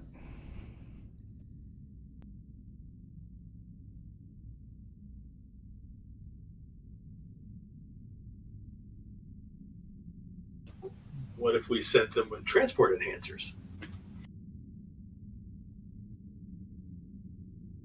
Like I said, this is falls in line of like you guys are probably gonna want to, if you're wanting to expand upon it, you're gonna have to do like some sort of trait creation. Yeah, most of them, I'm trying to brainstorm ideas for the trait before we start rolling for it. I'm thinking. I actually have to jump off here in just a minute. So there's intervals in the shield that would allow us to transport something down, but would not allow us to transport something back up. That's what we've learned based on the roll that I just did, right? Yes. Okay. We can't send a shuttle down there because of the intervals. The only thing I can think of is that we're able to use the computer to analyze the intervals. And based on that analysis, we're able to predetermine when is the best time, based on those intervals, to scan. Like when is there's multiple variables there. Maybe the intervals are working in a pattern. We analyze it through the computers, and then the ship is able to, based on that, send down specific scans so that information can come back quickly within those intervals. That was along the lines of what I was thinking. What I was thinking was to program an algorithm into the sensors that could predict the intervals. Yeah. The other thing to do potentially is to transport a device down there that scans, and then during the intervals, it sends the scanned information back up to the ship. Yeah. Either way, we need a method not just to scan the planet, but to be able to transport our way team back. So maybe we create a team, we create a trait that we've been able to develop a sensor algorithm that would predict the intervals in the shield or the changes in the shield harmonics, so that we could scan and transport to and fro. The other thing is that we could do something to manipulate the shield to increase the intervals.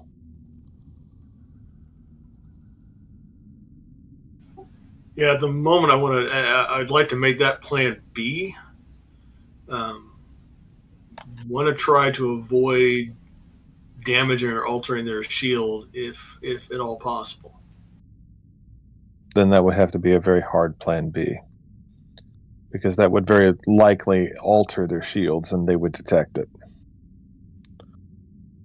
So running an algorithm or creating an algorithm that would be able to understand, calculate, and react upon the intervals, that's what we're looking to do.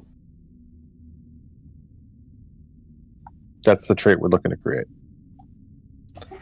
Yeah, that's what I'm thinking. If the GM will approve that. Yeah. So you're just wanting to essentially create the trait that you can figure out how to maintain the stay with whatever you're scanning with their shield harmonics, essentially. Since it's you're based on that, even though it seems random, that it's probably actually more of a pattern is what you're trying to going by, right? Yes. Okay. This is going to be a reason plus engineering difficulty of 4. It's always easy. Sorry, I'm just trying to spend my thread. So. Oh no, No, sorry. it's understandable. We did give him a crap load of threat. I'm going to add Me the too. complication. I'm going to make it complication range 2. Okay. Okay, I'd like to. I'm gonna help. I'd like to help Solak out by spending a determination towards the talent follow my lead. I consider this a perilous. Well, would you consider this a perilous situation, trying to rescue our people? I would assume so, yes. We have no contact with them. We don't know if they're in danger or not, and we just found there's been attempted murder on our ship, and we just found out through this person that we talked to that there is a resistance movement on the planet that they never mentioned before. Well, you don't know that on the bridge yet, so. Well, didn't they tell us that there was? There is a resistance movement. Yeah, that's it. But we can put 2 and 2 together, and if there's a resistance movement and there's been murder on our vessel and we can't contact our landing party, we have to assume the worst. That they're in danger. Right.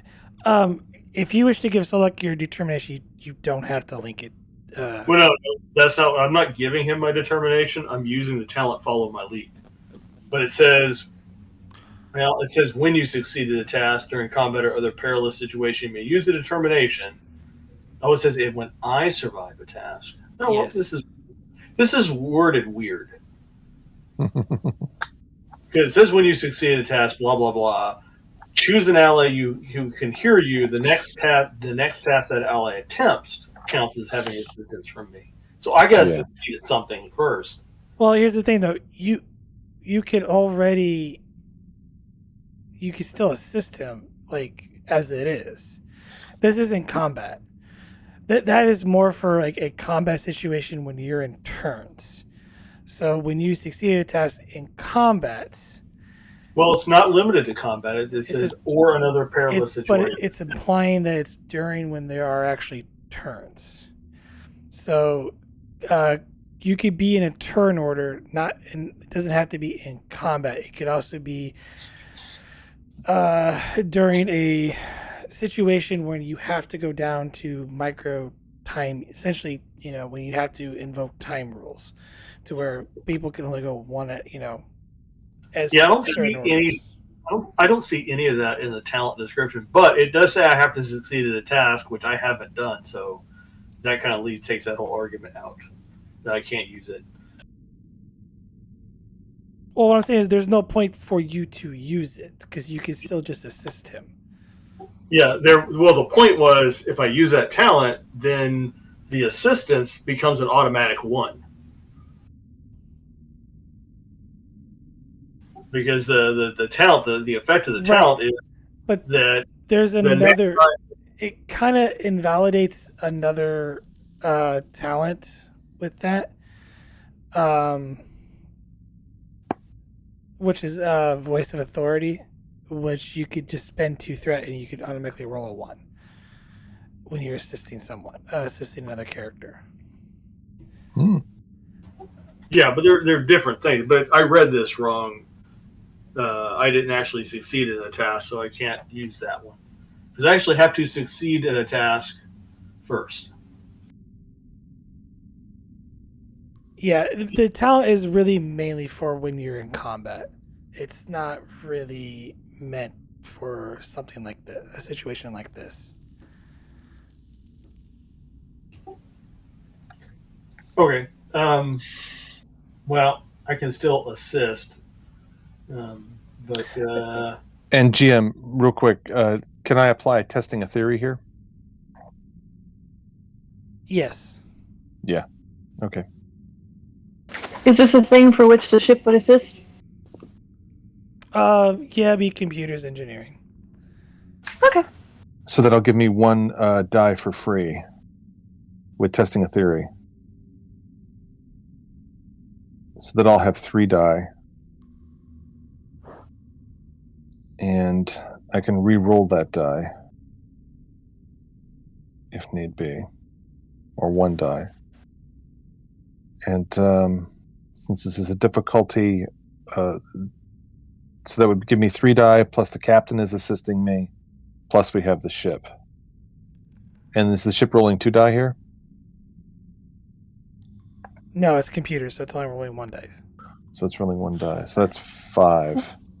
And what's the complication range? Complication range is 2. Complication range is 2. Okay. Go ahead and take 2 threats, so I'll roll 4 die.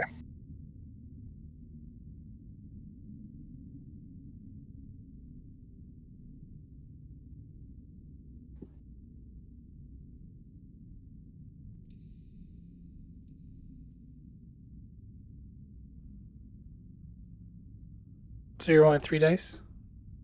Rolling 4 die. Okay, so you're spending the momentum and a threat. Yeah, the first one I get is not spending Yes. momentum. I get a die free, but if I get something else after that, it's going to cost 2 threat and not 1 threat. Right? Right, but I thought you were going to spend the momentum to activate your cautious. Oh, yeah. You know what? You're right. I will spend the momentum to activate my cautious.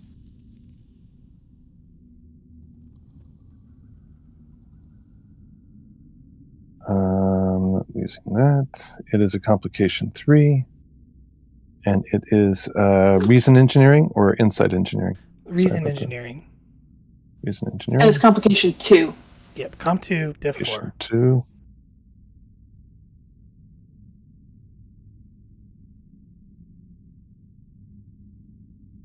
I'm rolling 4 die. I don't think I have a focus, so I'm just going to roll.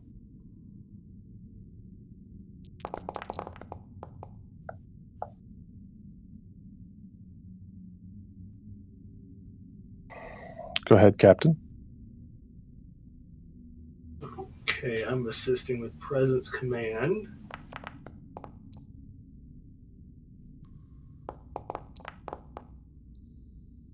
Good job, ship.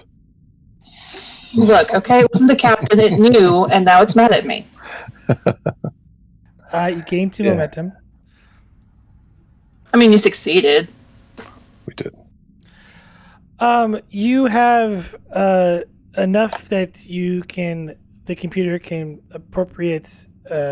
Essentially, you'll be able to bypass essentially the shield harmonics and scan freely the planet, as well as probably transport or even send ships now through. However, there is the complication. With the complication, they're most likely going to notice this, and they may in the future change the harmonics quickly to where the role becomes meaningless. Or your trait essentially becomes useless. So essentially, it gives us one shot to use it. It is unknown. I relay this information to the captain. All right, let's scan the planet and find our people.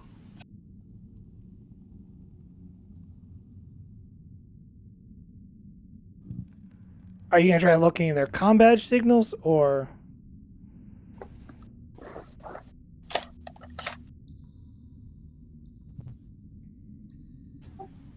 Well, yeah, that's standard protocol, right? I mean, we can scan their life signs. They're different from everyone else on the planet. We can look for both.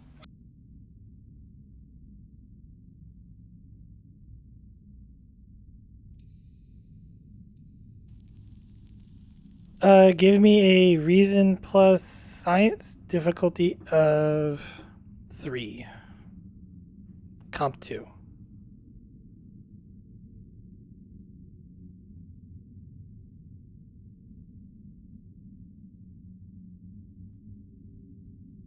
All right, this is going to be entertaining with the captain's reason science. Well, you have a science officer. We can use that if we want. This would max out But- your. Oh yeah, that means we couldn't activate Johnson. Yep. Have fun, Captain. Okay, thanks.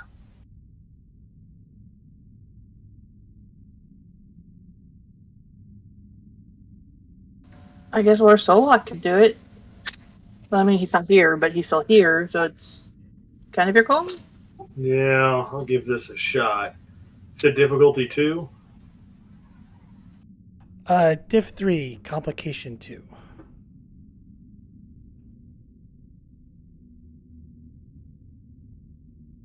All right, I'm going to have to spend my determination here. There's no way. I got too low a skill.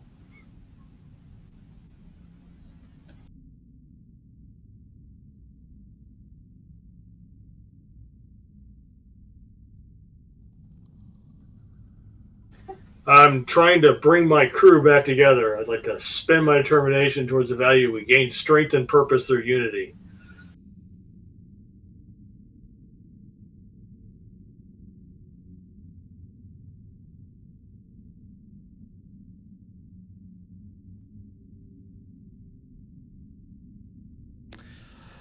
I'll take I strive to be an example and guide to the next generation of officers. I'll take it since it's the most common value I use.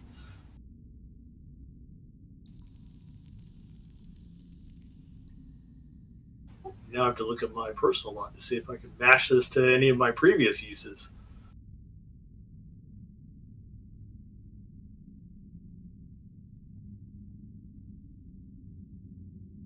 No, because my other uses were for negotiation purposes.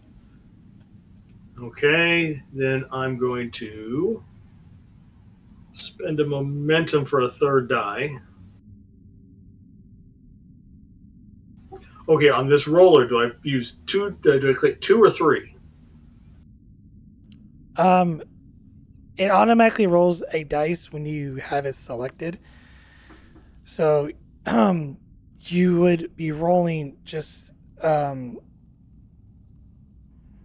Just two. Well, are you? Did you buy? You're buying extra dice? I am buying an extra die with a point of momentum. You're not giving me a point of threat. Oh no, it's No, size. Okay. I've given you enough threat for today. Okay. Yeah, you just roll two, so you just spend the one momentum, but you're gonna roll two dice since you're rolling total three. I thought we had two momentum. You had two momentum. You should only be spending one.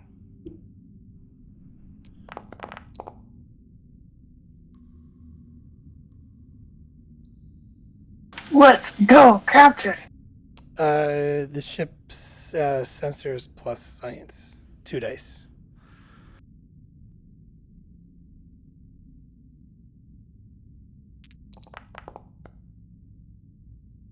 Let's go, Navajo.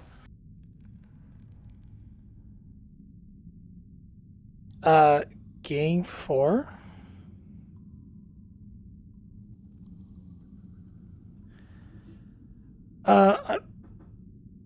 You don't.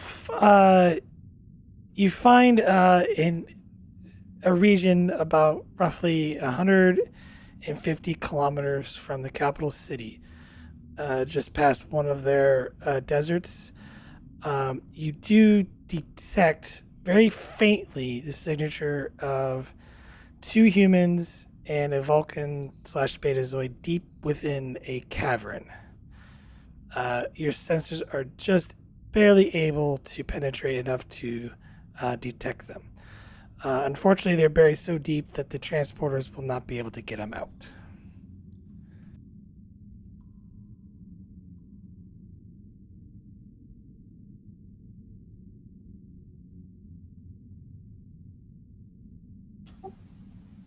Would they be able to get them out with transport enhancers?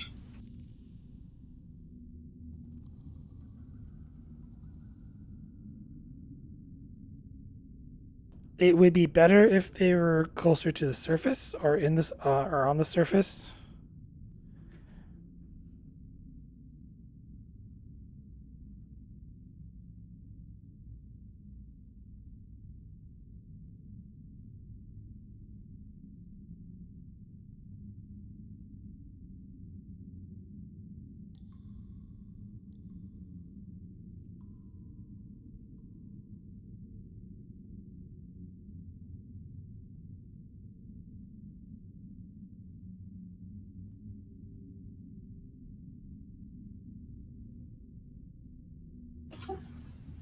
Okay. Point of momentum for information. Are the other life signs around my crew? Yes, there are several Havian life signs, roughly in the thousands, all structured around what appears to be a cave system.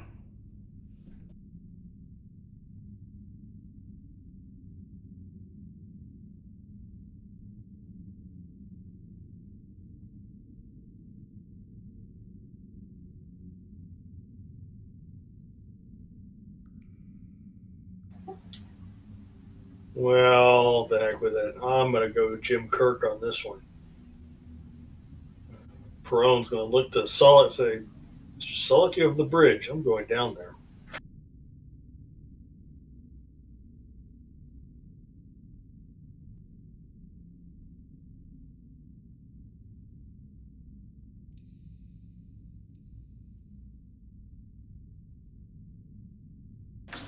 I have a feeling Solok will say something mildly offensive and quippy. Yeah, if he's playing a good interim XO, he would object. Captain will ignore him and go anyway.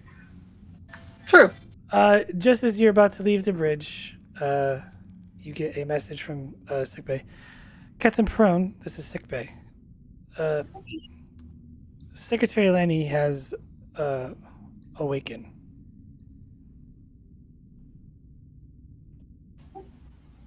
Stand by on my way down. So he's still going to leave Solak in charge of the bridge. He's going to talk to Secretary Lanny first.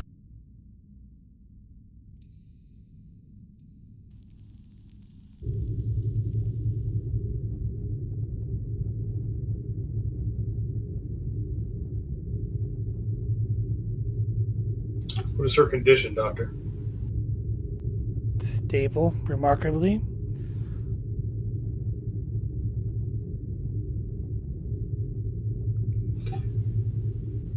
Anything in her genetics would explain how quickly her people heal? That's remarkable. One theory suggests that they've augmented themselves. It would not be unruly given the conditions of their planet that they did this willingly. That's going to complicate matters.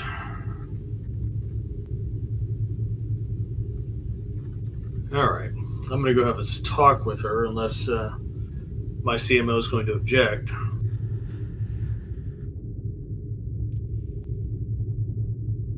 You're free, but keep it limited. I'd like to at least let her get her rest. She's been through a traumatic experience.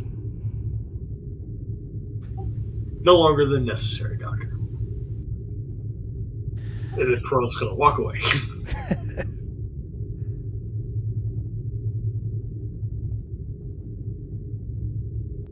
Secretary Lonnie, it's good to see you feeling better. Can you tell me what happened?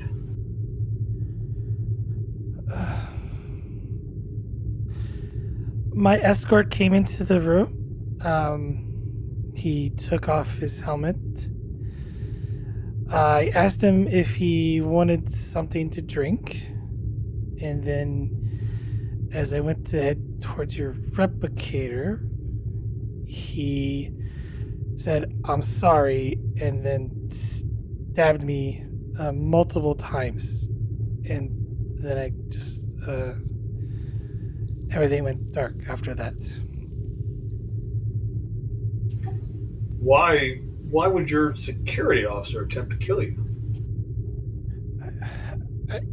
I don't know, but his face was scarred. I don't think he was a member of the military.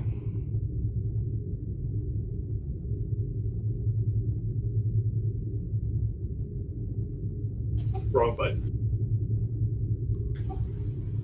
Have any idea of who he might have been with then?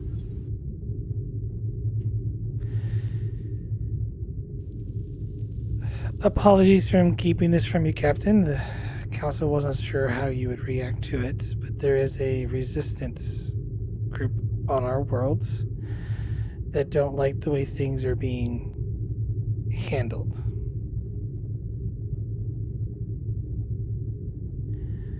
Given how you've offered medical aid to me, I assume that you are aware that we've had certain modifications done to our species.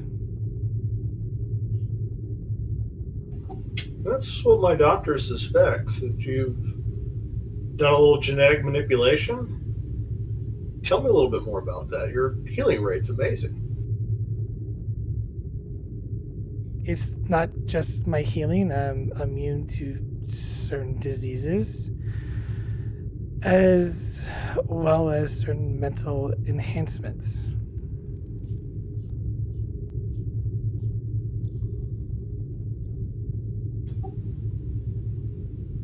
And this resistance, what are their grievances? They're a section within the population that did not wish to undergo genetic modification.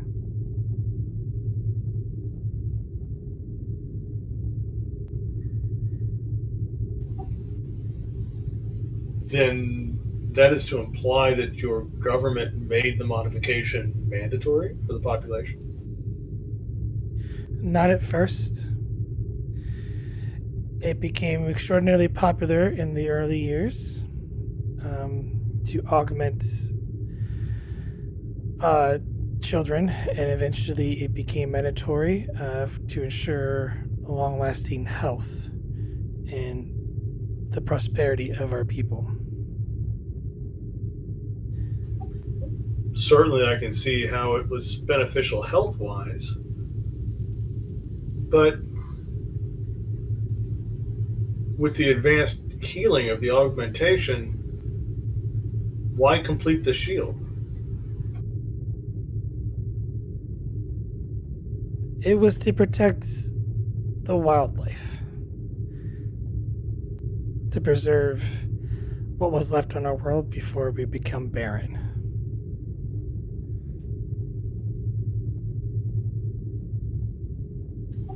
I'm still curious about this mandatory augmentation. There's no room in your society for those that did not want to have their genetic structure modified? They were given all the usual amenities that are offered. Um, Certain medical treatment, though it became a strain upon our government's resources to continue and offer them certain treatments. We offer them every.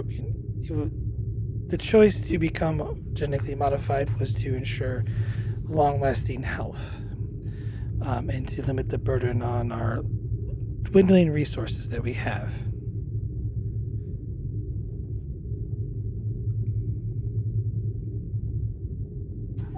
I see.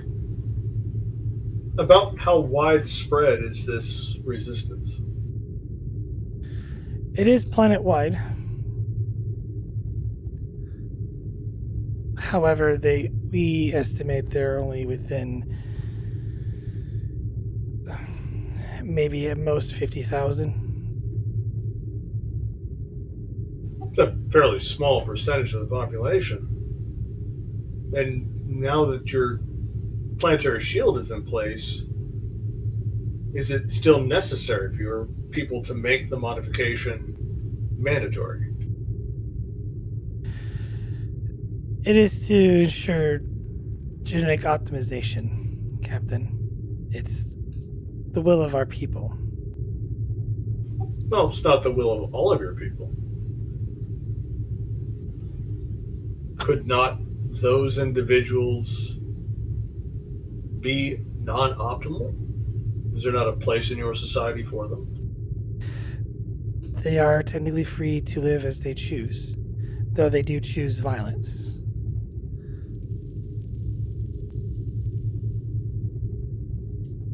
So, certain measures must be implemented to protect the rest of the population.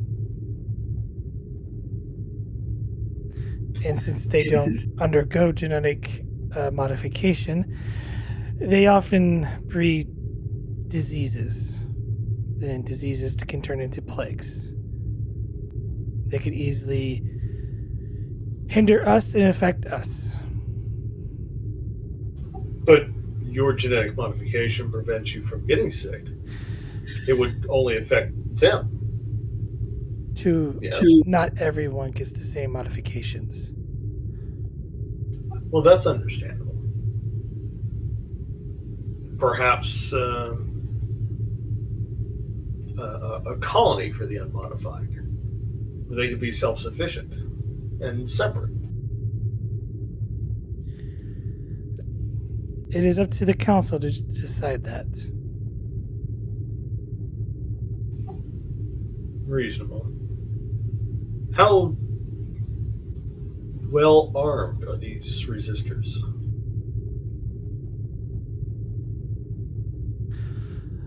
They usually steal what they don't have, though they have stolen some military equipment.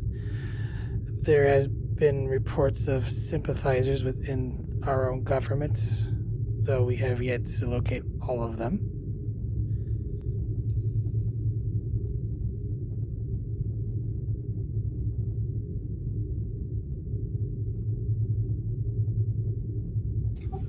And their activities, you say they're violent and have agents within your military?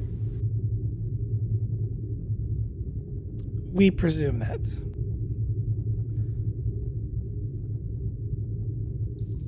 Then it's possible that some of these resistors may have infiltrated the folks taking send my crew members out to examine the wilderness.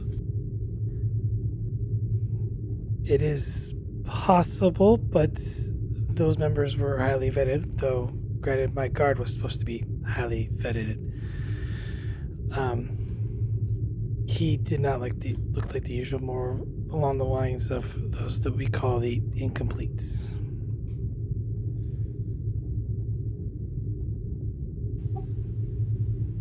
Understand. Well, the doctor doesn't want me to tire you out. I understand with your genetic modifications, convalescence won't take very long, but I'm going to ask you to remain here until my medical staff is sure. With you under my care, when my doctor's care, you become my responsibility.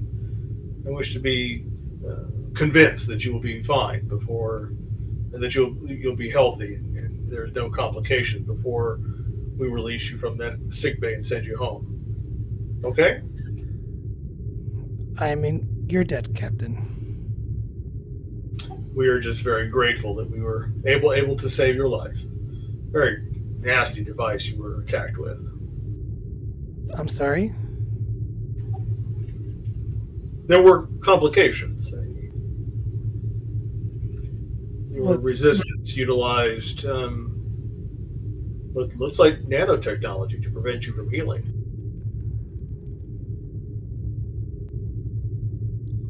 She gives you a puzzling look for a moment. I see. A new tactic by the resistance? Well, they don't typically assassinate members of the government.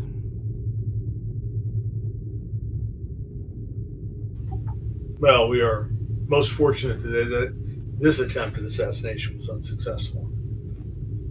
But please, Senator Secretary Lanny, please relax and get your rest. I probably shouldn't continue this conversation too much longer. I may be the captain of the vessel, but this is the chief medical officer's sick bay. She's a little possessive. I understand. Thank you. I will have the doctor inform me when she is satisfied with your health, and we're ready to send you home.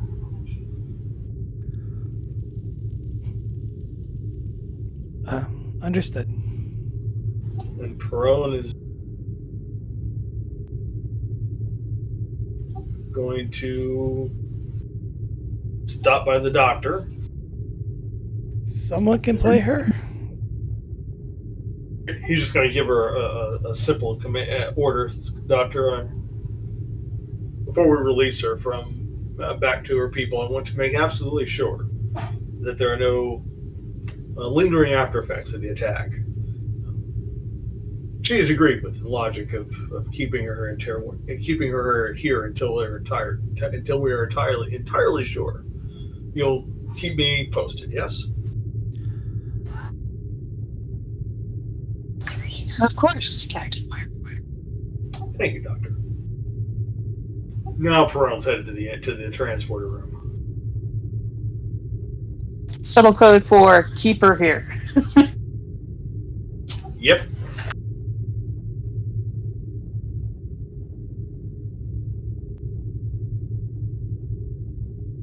And I did all those things without ever lying to her.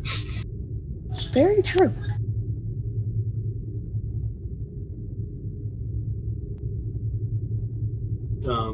Perone is going to, he's going to trade out his Type 2 phaser for a Type 1 so he can have it concealed on his body. Okay.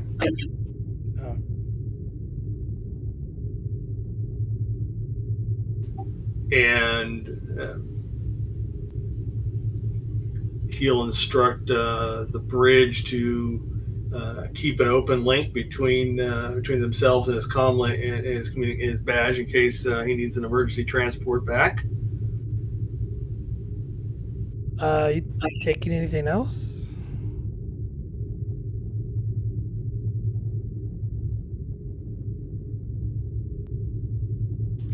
At the moment, no. he's got some suspicions about what's going on. He probably doesn't want to hand advanced technology like transport enhancers to the resistance, and he can always have those things beamed down to him if he needs them. Okay. Oh, maybe not if that complication comes into play. How bulky and big are transport enhancers? Well, they're kind of big stick things, aren't they? They're considered two-handed, so you won't be able to carry another two-handed object. There is a bulk limit, so you could have the transporter enhancers. It's just, and you obviously your phaser is strapped to your hip, but you wouldn't be able to carry like a phaser rifle or Yeah, an engineering kit. So yeah, phaser rifle would be in the exact opposite direction of what I was going with trading out the Type 2 for the smaller Type 1. But I'm gonna take just in case we that complication goes back to haunt me. I mean, just in case we lose the frequency of the harmonics of the shield. Of course, Go ahead and take a set of transport enhancers with me.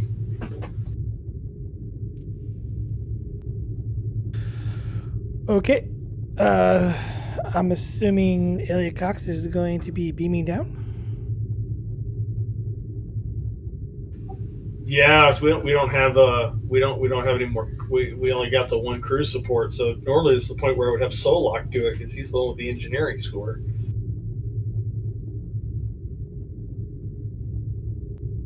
Yeah. Since I can't have Cox just transport me down without using my last crew support.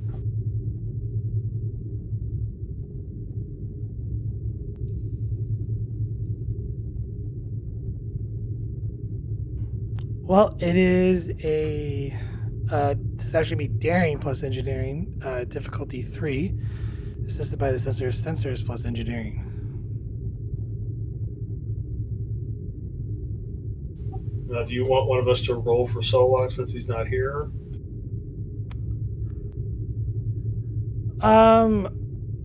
You, I'll go ahead and just waive the opportunity cost, or not. The supporting character cost. But you still have to make the roll.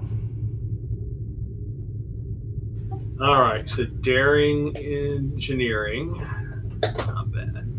He does have a focus in transporters, replicators.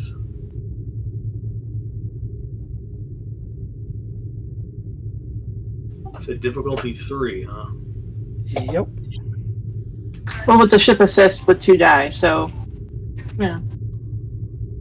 Well, let's spend 3 of those for momentum on 2 extra dice.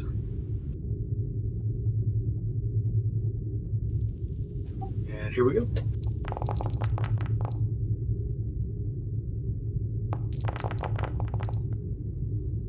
Seriously, Captain, you should just roll for the ship from now on. How much threat did you give me? None. Oh, you spent out using all mode. We have momentum. Well, you get a momentum back. There is a complication. Our transport chief does not have a reroll, so. Yeah, how many fingers does the captain have now? And now you understand why Vogel always wants to take the shuttle. Captain Nine Toes, right? Well,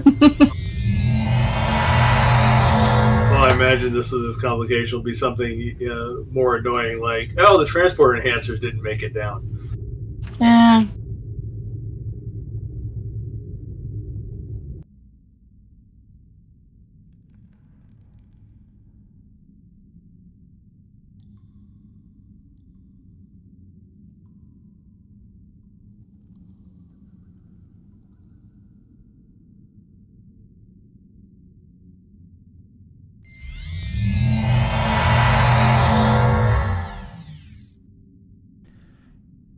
Captain, when you beam down, as you look to your transporter enhancers, they seem to be kind of burnt. Yeah, that's fair. That's what I would have done with that complication if I was the GM. I look around. Have I arrived next to my crewman? My crewman? No, you're currently on the surface of the planet. You look, you're on a mountaintop. It's not really cold. Like you do see a bit of like appears to be almost like pine trees. You're at there's a cave entrance directly ahead of you. As you look around towards the valley, you see sort of like almost a vast desert. And then off in the distance, you can make out what looks like a city and a big long spire going straight up to the ring, which is kind of impressive in a way. Yippee! Captain, I assume that the transport enhancers are non-functional. As you go to set it up, they don't work.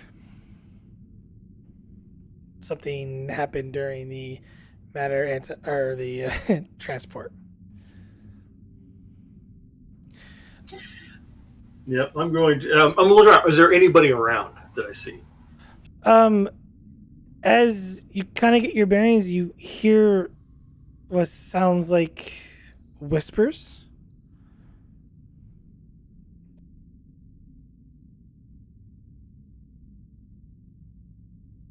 Going to look in that direction.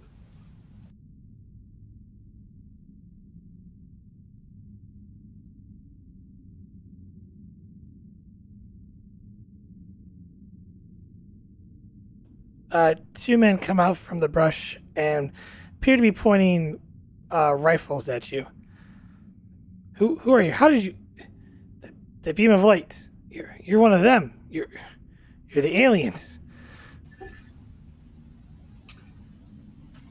Just alien, just one of them, but yes. And you gentlemen, I'm going to guess you know where my crewmates are.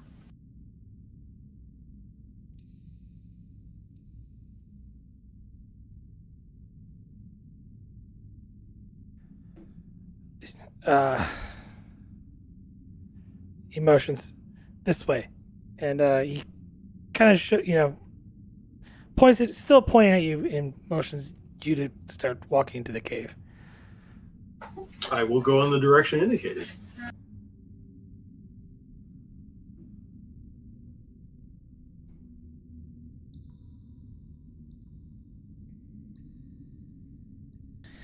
As you walk deeper into the cave with the two young gentlemen who look like they've probably seen better days, you hear another voice come out, and then you see a woman approach you.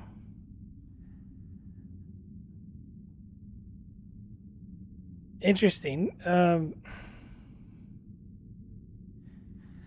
Your uniform is like that of the others. I'm assuming you're from the United Federation of Planets. I am. My name is David Perone. I'm here to negotiate I'm going to guess, release of my crewmates. I had plans to return them to you, but I'm curious how you got past the shield. I had every intention not to hold your people hostage, Captain. They bring no value to me. Well, they're quite valuable to me, but I would be more than happy to take my crewmates off of your hands. I would like to know a little bit more about your resistance movement while I'm here. Sure.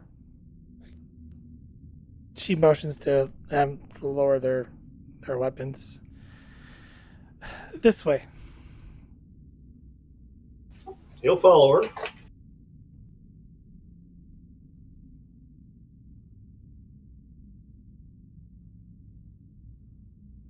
As you get deeper into the cavern, there's a turn, and eventually you see to where they're being held at a apologies. They are still bound.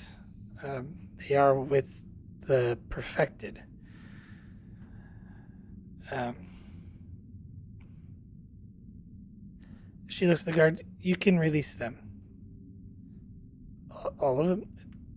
Just the ones from. She motions, up there.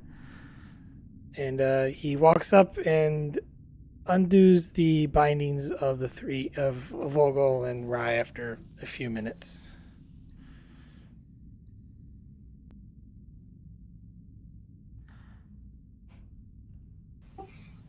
Lieutenant Rye, are you or any of the away team injured?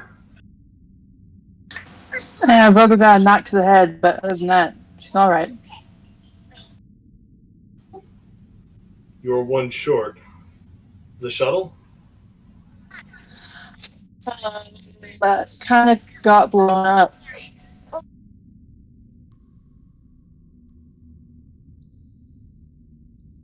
I understand. And Perone will turn back to the woman. Your name, please. Lyra, I am the leader of this resistance unit. What did you say your name was? Lyra. Lira.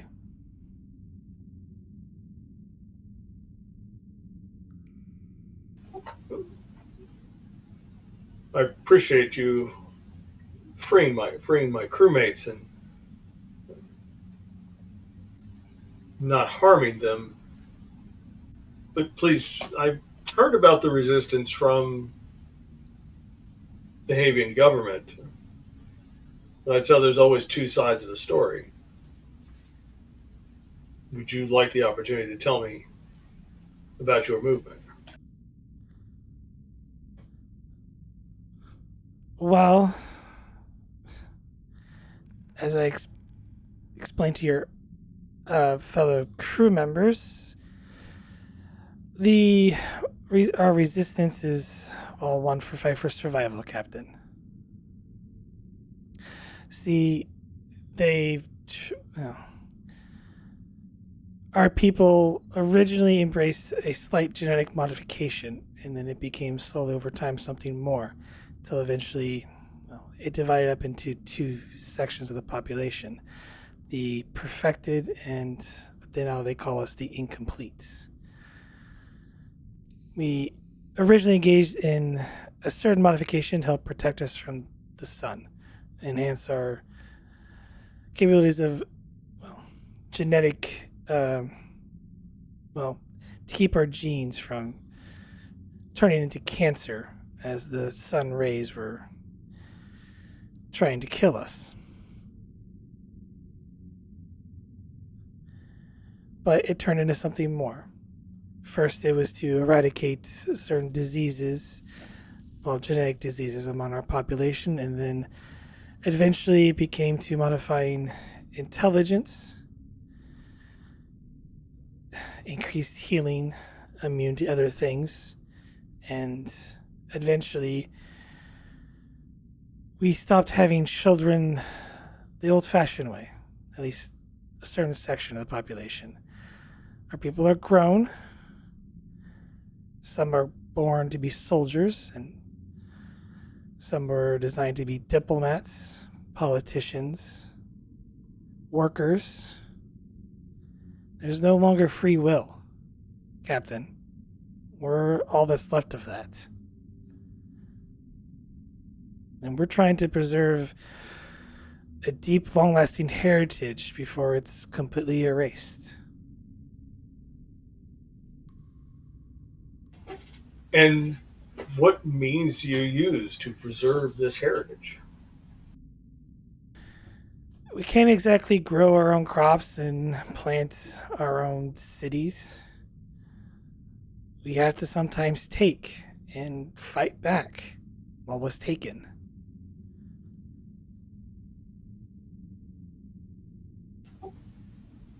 And the shuttle my crewmen were on, I'm guessing not an accident, as I was told? No, it was not an accident. We did shoot the shuttle. We thought that they were a strike team.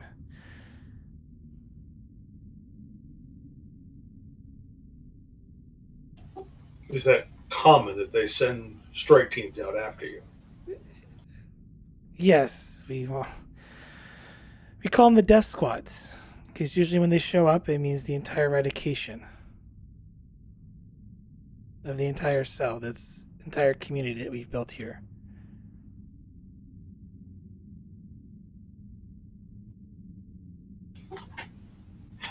It Perone will kind of look at the officer there with them.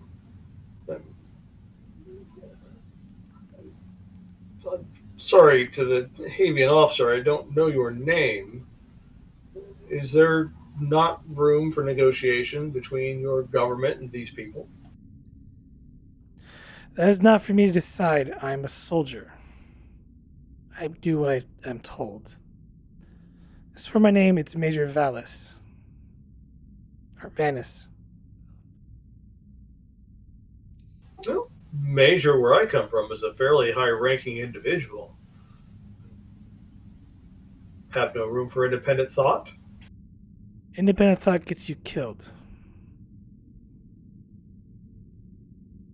At this point, I step forward. Captain, there is a complete lack of emotion emanating from Major Vanis. I'm assuming whatever modifications were done, she literally feels nothing and just follows orders. Well, I knew they'd get along with the Vulcans.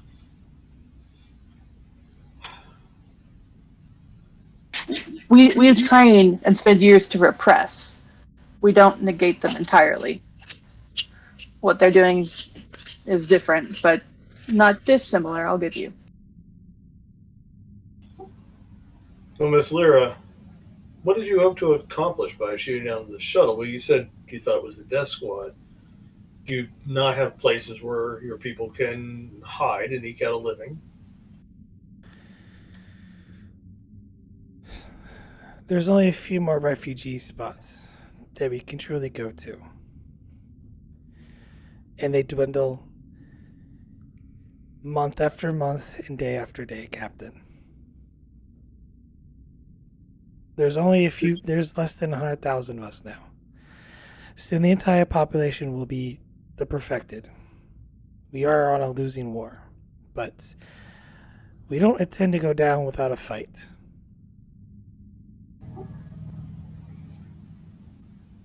Would it not be better to negotiate than risk what few people you have left? We tried that, Captain, long ago. They put us in encampments, gave us the bare minimum, and when we got really sick, they would not help us. I watched my father die because they refused to give him treatment. And I was only 6 years old at the time.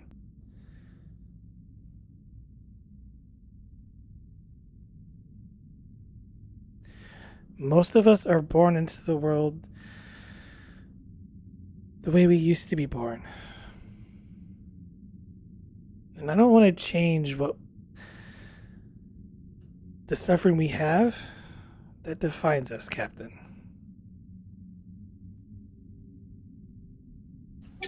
But the fight itself is adding suffering. If it were possible, are your people willing to negotiate? I don't think they're willing to negotiate. Besides, it's already too late, Captain. You just happened to come at the wrong time. Why is it too late? It's best you get your people out of here before they figure out that you found a hole in their shield.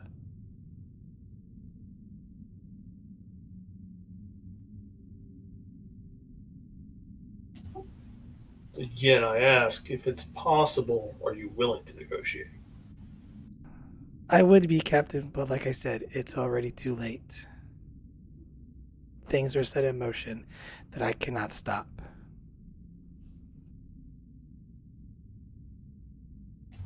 What have you done, Lyra? You'll see.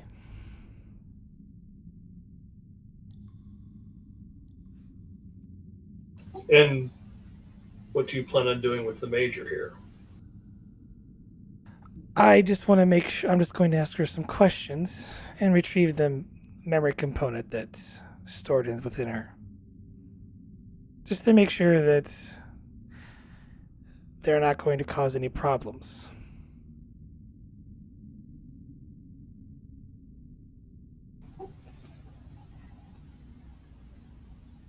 Well, it seems like even if they're going to cause problems, they're going to go ahead anyway with whatever it is you have planned.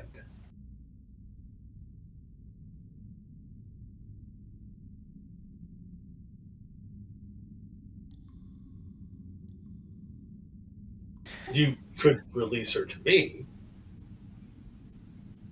I can take her off of your hands. Sorry, Captain. She knows the location of this place. Sedatives don't work on her, so she knows exactly the location of our compound. She goes free, we're all dead. Can't allow that to happen.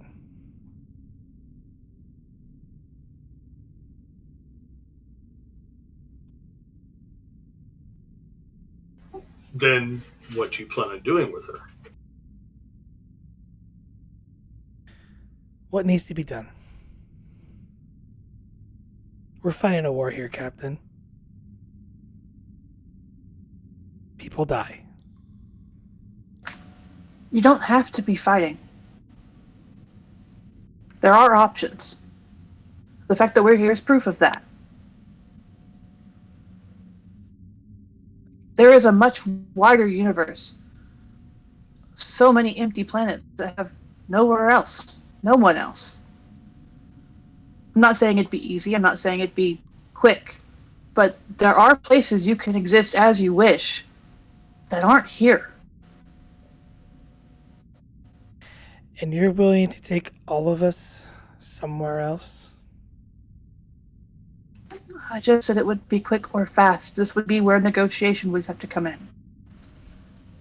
But both sides would have to agree to stand down for that to happen. But that means someone's got to stand down first. Lieutenant Rye, were you able to learn anything about the condition of their planet and whether or not it can be reversed? It can. I believe they were even having plans of it themselves. We could definitely help the process.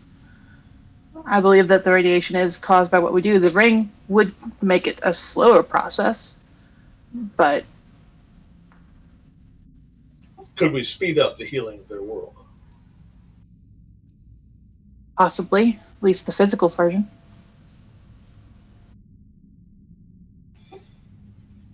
You sure you can't stop what you have planned, Miss Lyra? May have something to bargain with to get your two sides talking.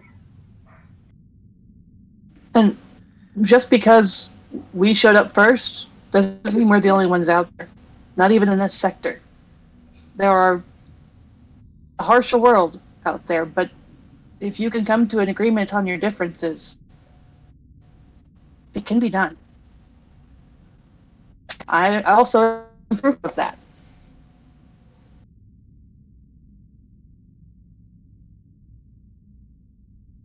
If only you came 100 years ago.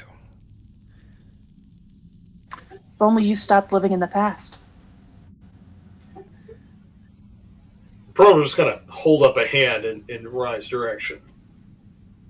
Are you sure you can't stop what's happening, Lyra? You can always try again another time, but you've got a unique opportunity here. With my ship in orbit, and my science officer says I can help speed up the healing of your planet. Perhaps that's a way to bring your people together, or create a peace. Give your people some place on this world they can live separate from the rest of the population. But if you do something drastic, then I'm afraid then I would be afraid that I might not be able to negotiate between the two of you.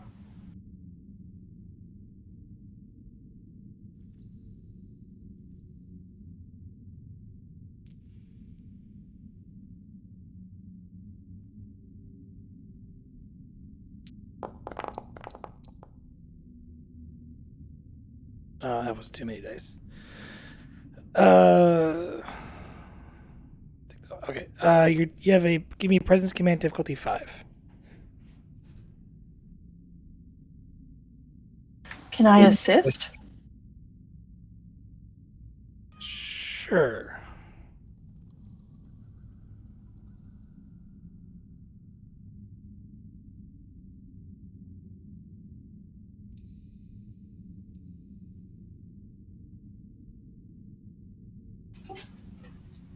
Okay, so here I am again trying to encourage or convince somebody against violence.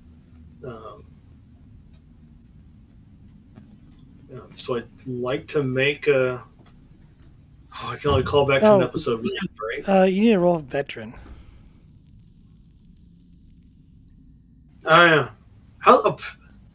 Forgot. Yeah, I was thinking about. I need to ask how veteran works in 1E. I mean 2E. Okay, Yeah, so you roll. Edit and forgot. You roll a d20, and it's under. If you roll equal to or less than your control rating, you immediately regain a point of determination. Control? Oh Lord.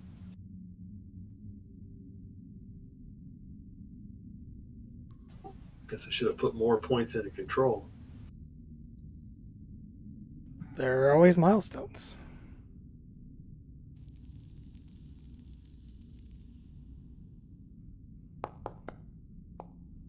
Hey, you got it back from earlier. Hey. All right. Then yeah, I'm gonna spend my determination again towards driving to be an example and guide. This would be the third time I've used that for this particular. No, you have to do a callback. So, yes, you have your determination back from the veteran, but you have to, in order to actually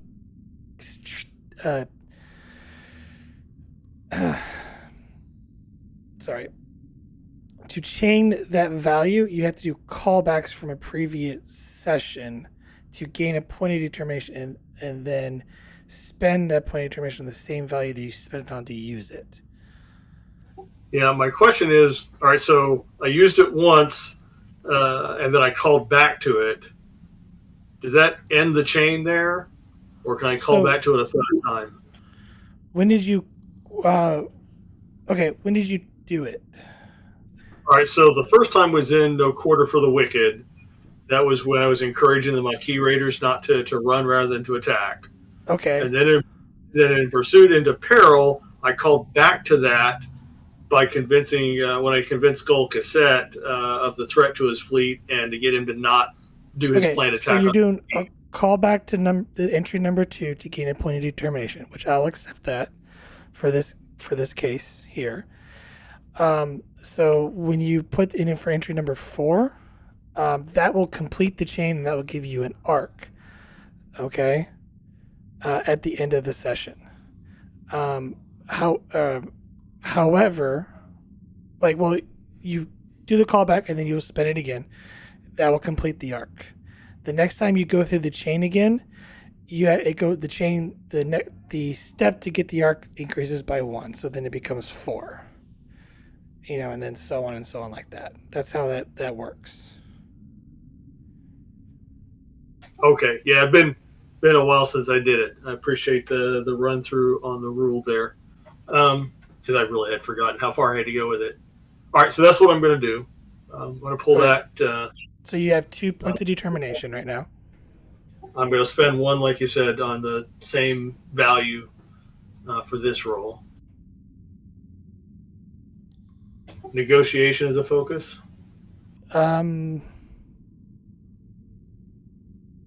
Sure.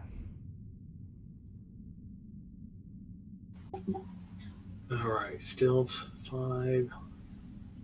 I'm gonna go. I want 2 extra dice, so I'll spend both those momentum and give you a threat. I was feeling a little parched. You're welcome.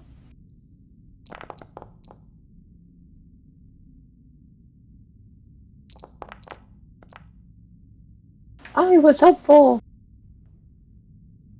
Gain a momentum.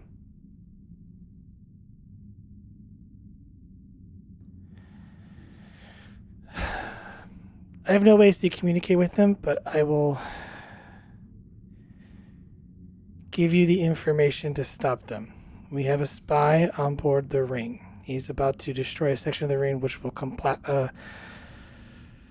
bring down the shield and collapse the ring. And destroy the elevators. It's a method to... The ring is the symbol of their control. Destroying it brings us freedom. And freedom for the other Havians who wish to no longer live the life they've been handed. And I accidentally hit the pause button.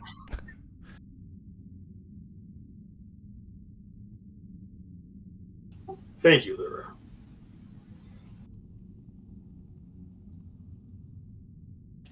He said, does she give me the location of the guy or the identity of the guy or what? She gives you the identity of the guy, but she kind of suggests that she needs to be the one to stop.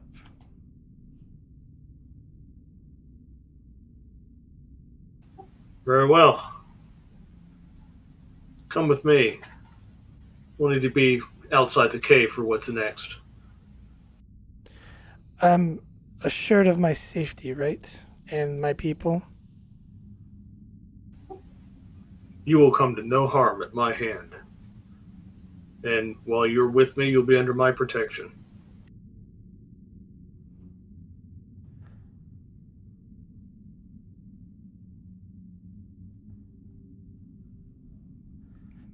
All right.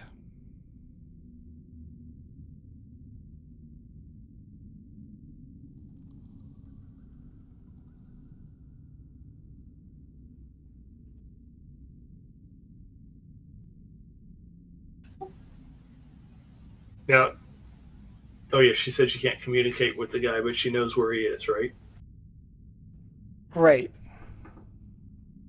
All right, we're going to go outside the cave, get her to tell us where the guy is, and then we're going to have the transporter chief take me, Lyra, and my away team instead of back to the ship, transport from the planet to where this guy is on the ring. Okie dokie. I'm just gonna theater mine the whole thing.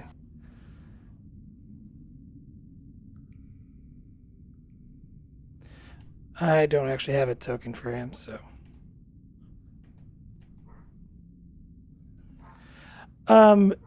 You beam aboard the ring. Sorry, no special effects. I'm trying to finish this up for you guys since it's getting late. Understand? Yeah, I got a sleepy baby, so.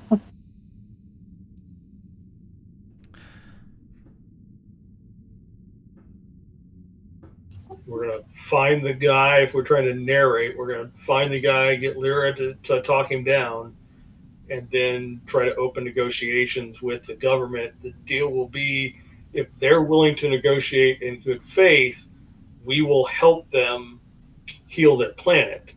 Then they could take the dissidents and we could find some place on another continent to set up a colony for them.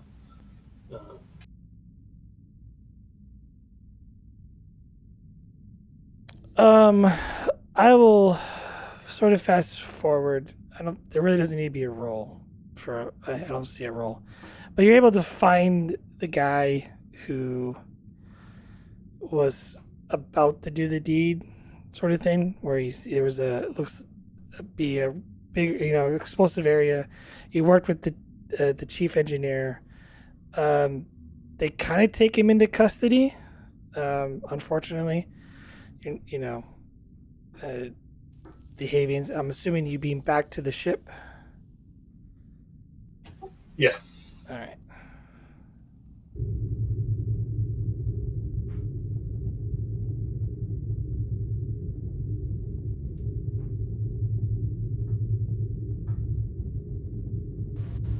Is this line enough where I don't need to tell Vogel to go to sickbay? You can tell. You can tell. You can go, guys. Go as long as you want. I'm just.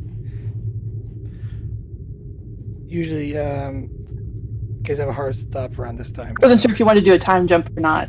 So I was Well- just like, No, we're on the bridge. So if there's a little roleplay you guys want to do, go ahead.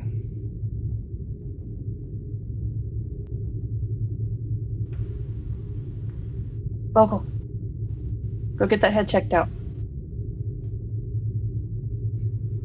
I think this is one time I'm not going to argue with you. Very good. It's probably for the best. I'm gonna need therapy, aren't I?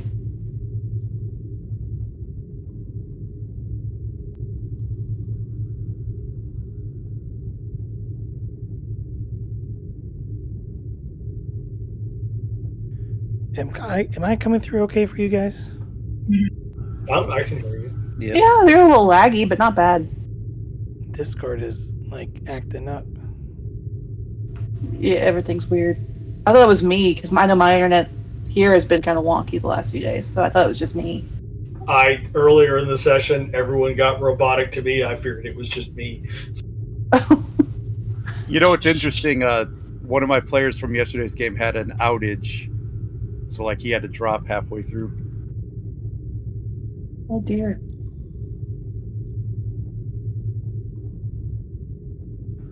Maybe there's increased solar flare activity.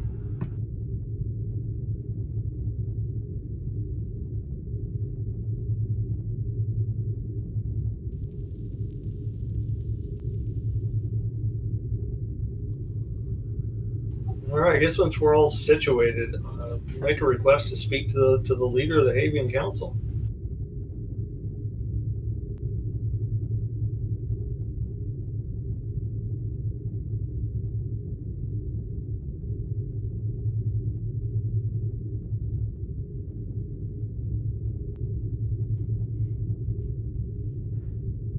Captain, I would like to thank you for your assistance on finding the spy that was about to destroy the ring.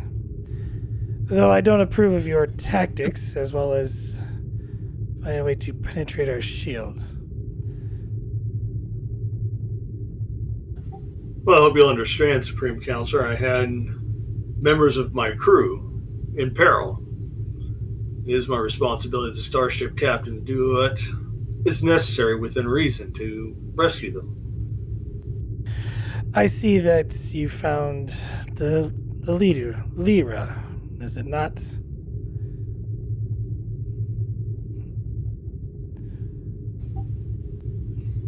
That is her. I would respect if you... And I would note that the only reason...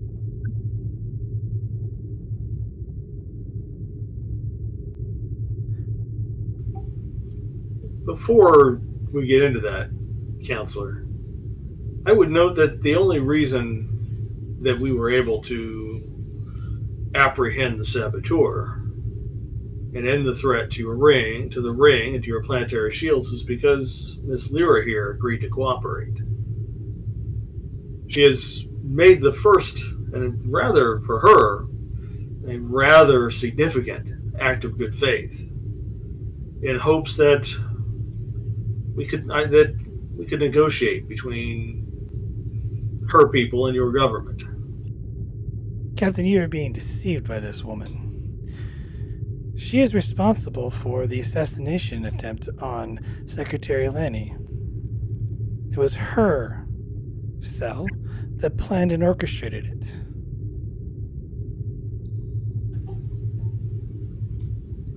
I believe that. She's also admitted to me that the shuttle crash that your government official told me about was not a shuttle crash at all.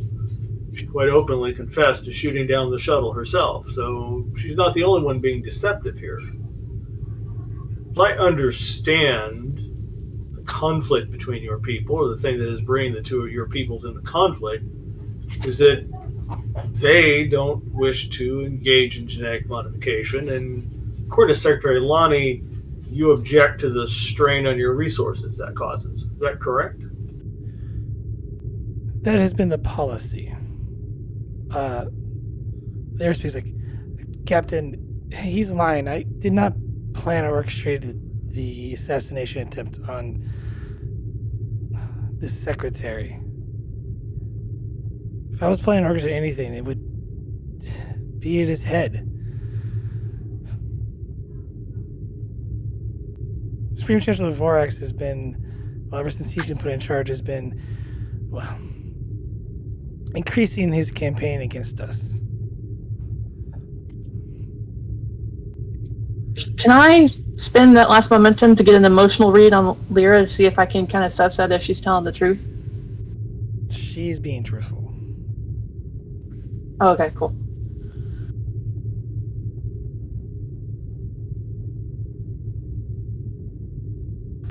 I'm gonna like turn a little bit to the captain and just look at Lyra and then nod, so like he knows it's like no, she's telling the truth. Supreme Counselor, would it not be best for your people to negotiate a way to end the violence? My science team tells me that we can significantly speed up the healing of your planet. That would remove any strain on your resources that it would take to provide extra care for Lyra's people. They could live separately from you. Yes? We have tried that in the past, Captain. It did not go as well as you think it will.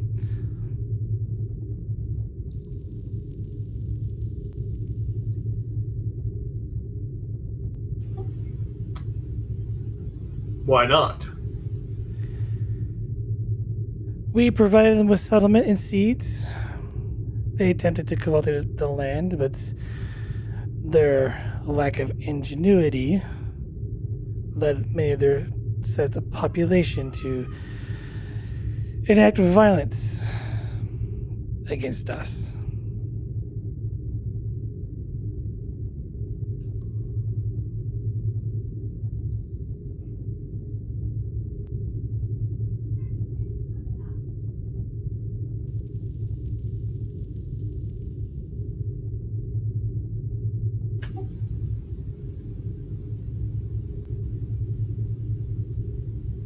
It's a big world.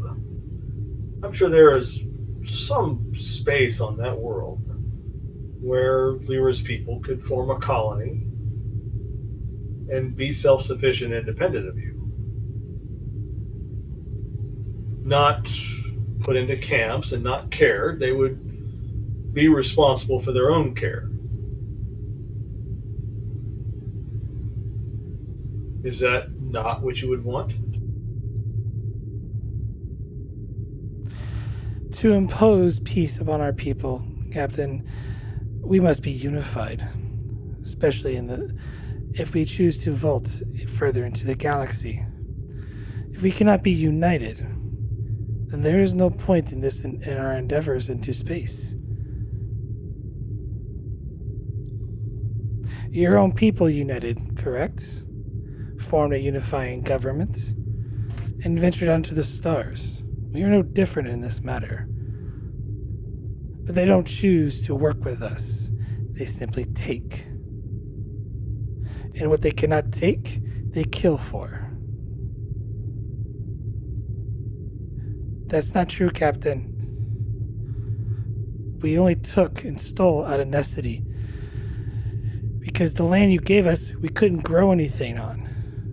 You starved us to death, poisoned the soil. And what food we did grow caused cancer. And then you refused medical treatments and only would give help to those if they chose to join you as becoming one of the perfected. Your unification is madness.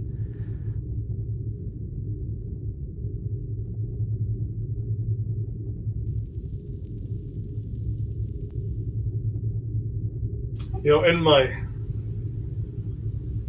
on my world, in our past, it was not uncommon for governments to set aside land for those whose culture was different.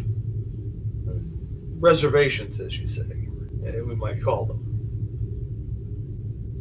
would it not be possible, Supreme Counselor, to create a place away from your population centers where these people could live as they wish to live, and you would preserve a piece of your past? May come a day where you treasure the past and will be happy that you had preserved it. Like I said before, Captain, we've already done that. Yet they refuse to exist in harmony. I do not see a point in this conversation.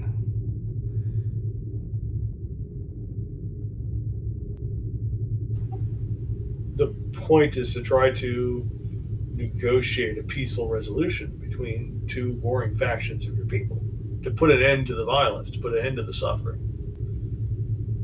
If they wish to end violence, then they will give up their weapons.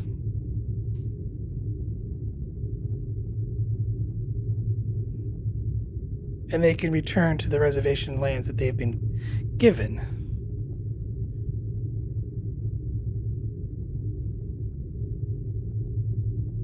Would they not need weapons for hunting and the maintenance of order and peace within their society?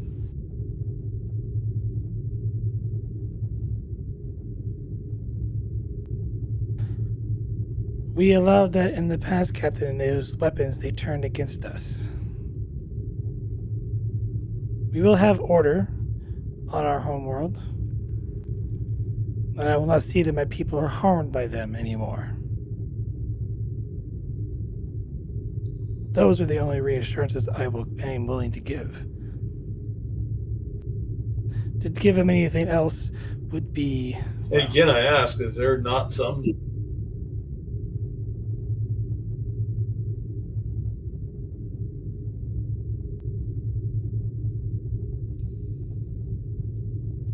is there not some small corner of your globe where they could thrive without being such a threat to your people?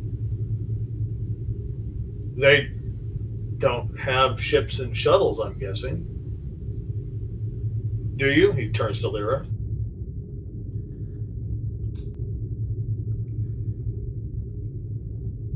No, not exactly.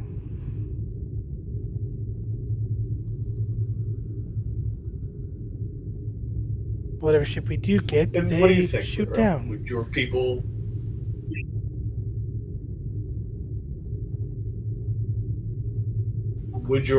be willing to forego further violence if you were given a place far enough from the major population centers that you would no longer be perceived a threat? They have already been allocated the appropriate land far enough away from the populace that was deemed safe. They can return to it at any point in time.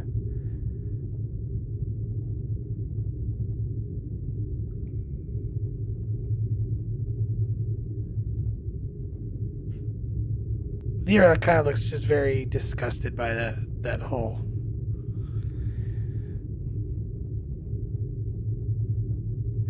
Shows and lands that are poison.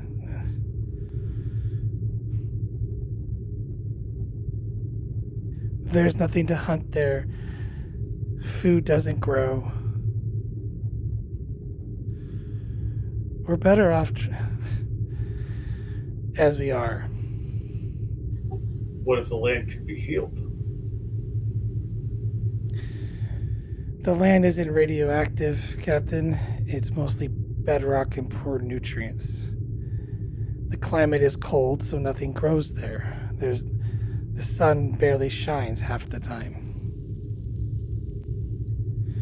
It's a wasteland in itself. It was before all of this even happened. But it is one that is far enough from our populated areas to ensure the safety of the rest of the population.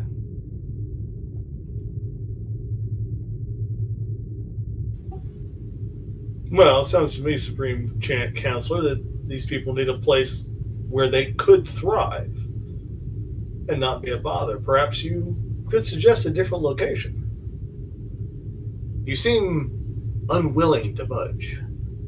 Both of you at some point will have to give something up. There are no lands suitable for them to relocate to that's far enough away from population.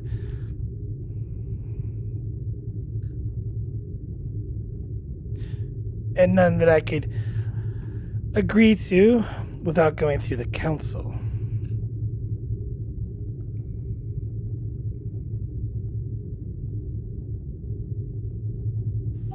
Perhaps you could identify land for the council and convince them to try negotiation again. The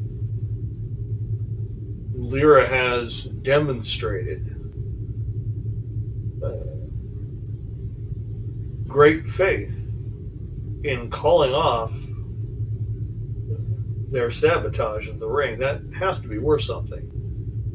Had she not done so, you would no longer have planetary shields. She has made a great step, took a great leap of faith in this effort. A leap of faith that deserves honest negotiation and an effort made to find a place for her people. I will consult the rest of the council.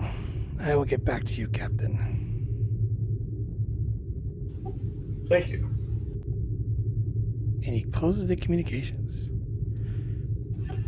Lieutenant Rye, begin scanning the planet, see if we can't find some suggestions for them. With pleasure, Captain. At this point is when the complication hits. I hate you.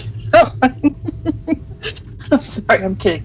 I'm kidding. That's the perfect time. I'm a DM, I get it.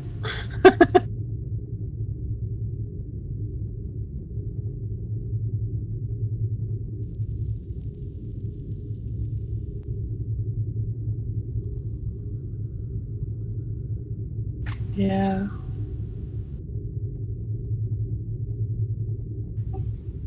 It's your world there. Do you know of any spots that might satisfy both sides?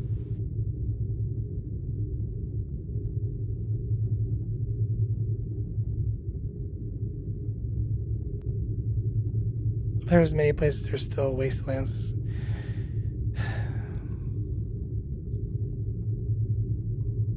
None that I can think of, Captain.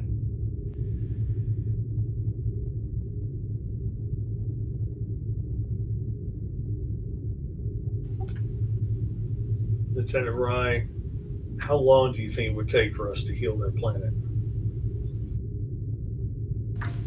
According to my calculations, GM.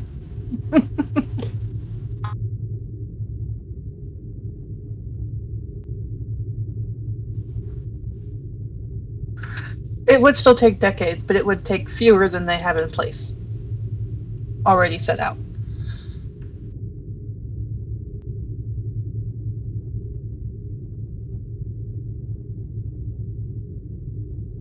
Are there any other Class M's in the system that we scanned when we arrived?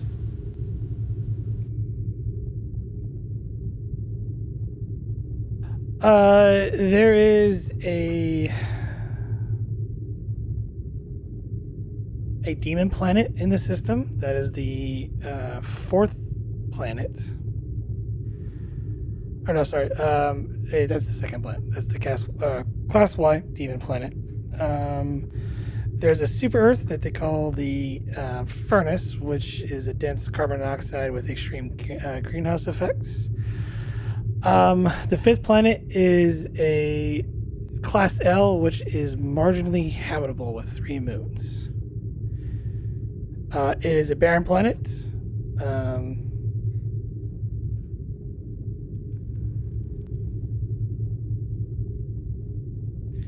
But it seems like from your scans, they do have like a mining operation on that planet currently. The rest are rocks, and there's a gas giant and then a frozen Class D planetoid. So further nothing out. that can be made habitable, pretty much. Pretty much. At least not in this system.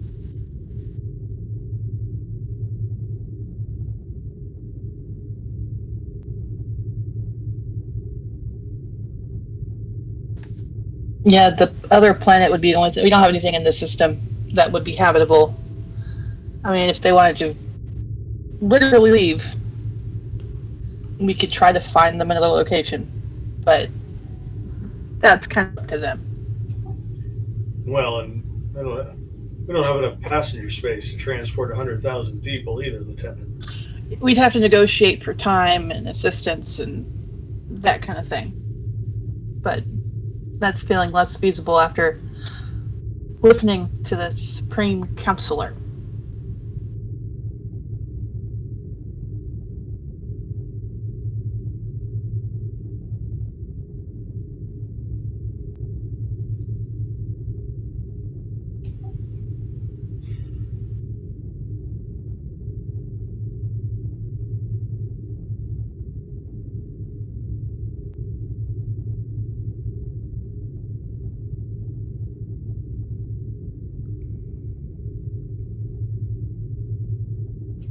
I take it, Lyra, you have other places for people to hide.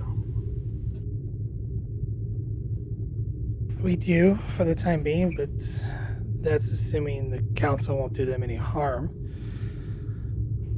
Many of the local sector government leaders, they go all the way to hunt the cells.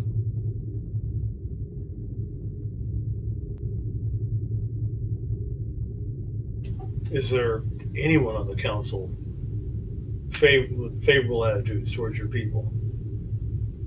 Someone that might sponsor you within their territory?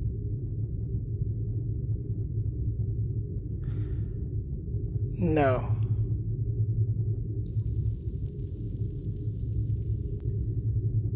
The only one that was seemed favorable was actually Secretary Lanny. You have to believe me, Captain. We didn't try to kill her. She would actually listen to our protest for a time.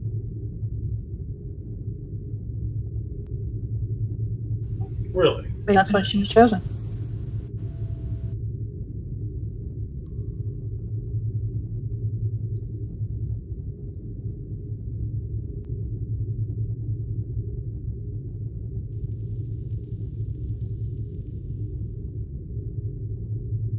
Pro's going to pull up an image of the guard's face and ask Lonnie if she knows that man.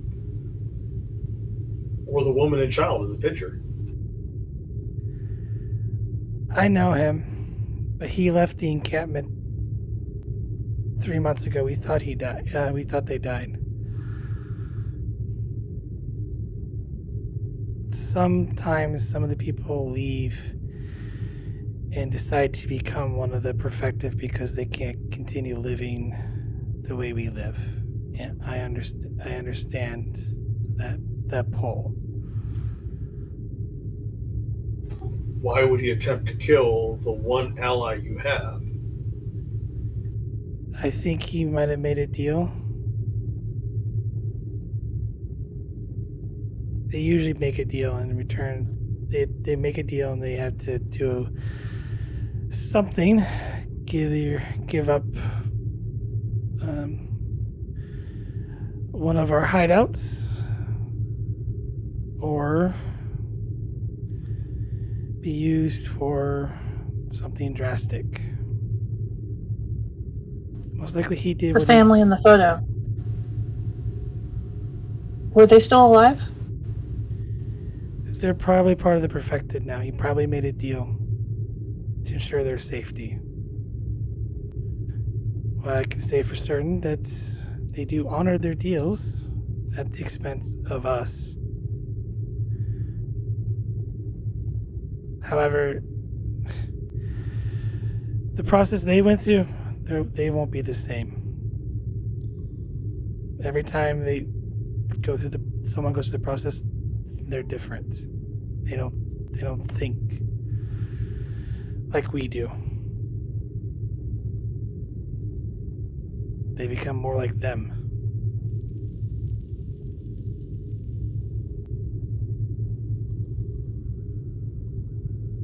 I'm really sorry, guys, but I'm gonna have to go. Little man won't go down without me, so I'm gonna have to call it here.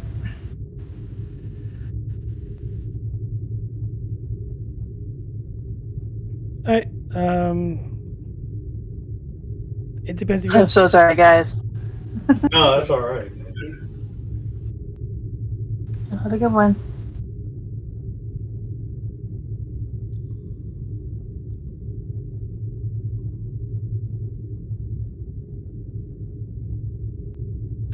My question is for the remaining two players. What do you guys wish to do? They're really. We could technically end it here. I'm not sure how much more of a plot point I continue going forward, but really, I guess it boils down to a decision that you guys wish to make. Yeah, I'm kind of stuck personally at the moment because I not sure what to do with these people. If I can't talk the government into negotiating good faith and setting up a reservation where these people will be safe, I can't pull 100,000 people off this planet. And since they're augments, they are not eligible for Federation membership.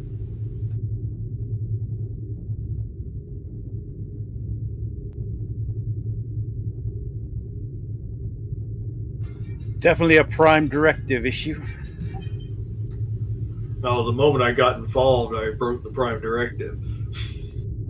I am definitely interfering in the normal evolution of their culture. Well, we were ordered here, so you're not interfering. You were asked to make first contact. Yeah.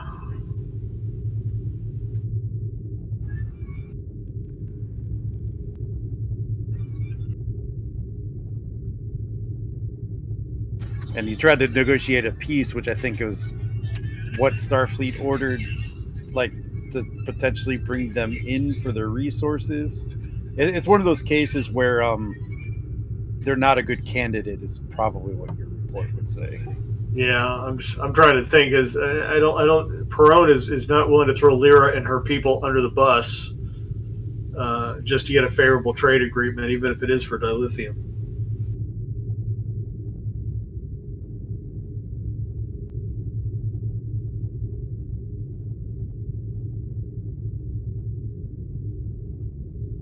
I mean, the easy solution would be to help move her, is help her get back to her people, and so they can find someplace safe to hide and then walk away from it all. But that's just not a good solution.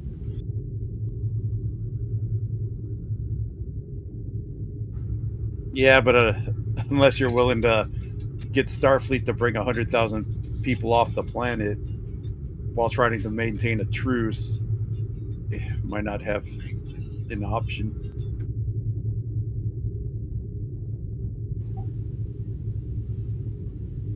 Yeah, the only thing I can think of, and it got to get Perone in all sorts of trouble, is to negotiate a deal, and the offer would be these people's autonomy and the science to fix their planet quicker in exchange for well, the exchange would be we'd give them the assistance they need to fix their planet, and then their side would be the autonomy of these people and a trade agreement for the dilithium.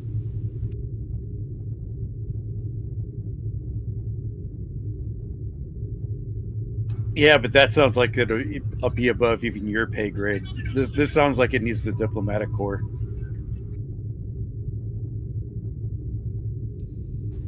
It does. Unfortunately, we're the ones out here. I mean, I guess we could we'd let the dilithium negotiation go separate, and just trade them the science to speed up the recovery of their planet in exchange for these people's autonomy. How many decades are we talking about taking off their the healing of their planet? Assuming that they care, since their augmented abilities kind of take away partially their need for it.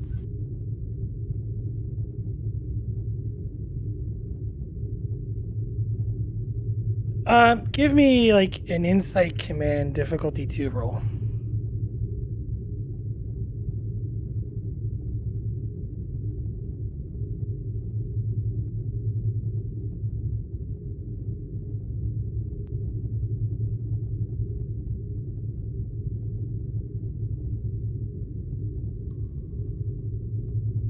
Did you hear me? Keep forgetting I don't have the talk button. Give you a threat for a third die. Do I have a focus?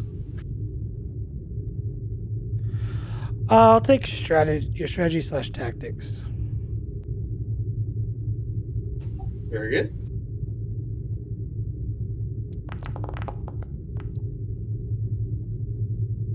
I'll gain 2 momentum. The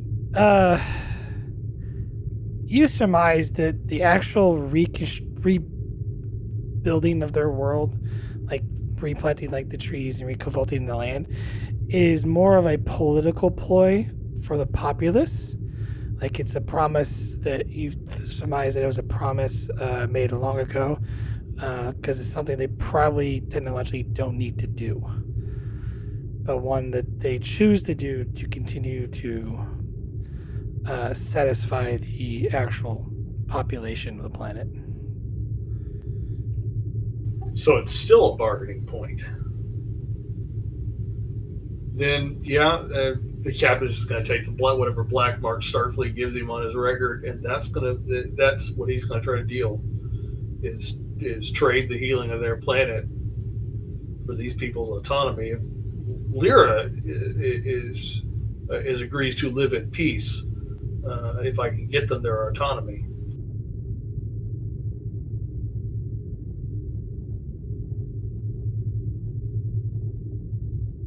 How are you going to guarantee her autonomy? That's my question. I can't unless I leave observers on this world.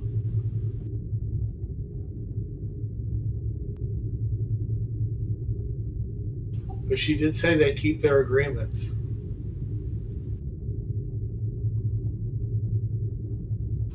Does she think they would hold to that agreement if they made it?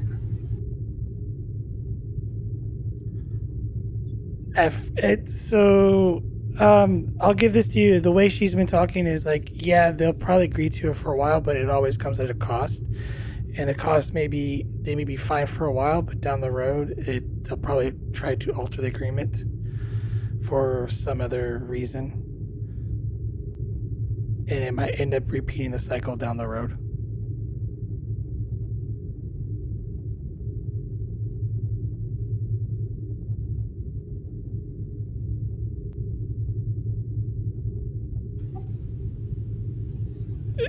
Lyra is convinced that the goal of the Perfective is to make everyone like them, to ensure planetary control.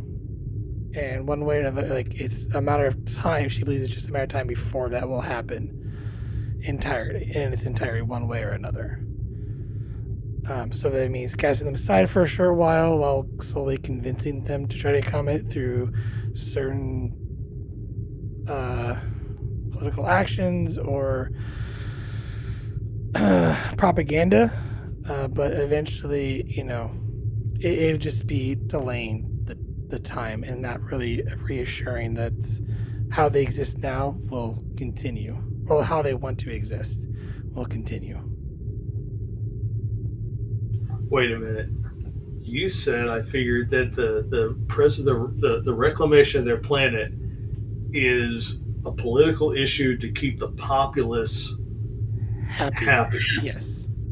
That the populace has some, despite the fact they don't need it, they have a nostalgic connection to the planet. We could sell that to the world that Lonnie's people are the same thing. That they are a connection to their past, just like the forests and the trees. That if they lose that connection to the past, they will lose something of themselves. And preserving Lyra and her people is a way to hold on to that past and twist on that nostalgia. And maybe Secretary Lai, who seems to be more favorable to them, could help us push that issue.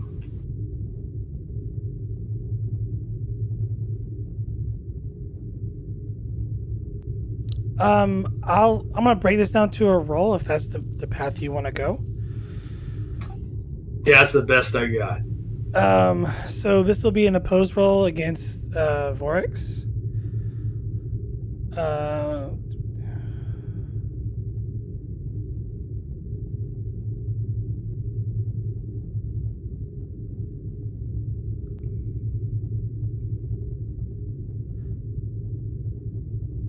But yeah, I'll have Lonnie will be willing to probably assist you on that if it means bringing about peace. But I will give this to you. You do get if you tell her about about the assassination plot. You know how you don't. Do you tell her about that Lyra is not responsible for it? Yep. Gonna tell her everything. Lonnie will help you, but she's also not convinced she's probably going to be safe on her world. So, she's now convinced that Vorix is probably the one responsible for trying to eliminate her.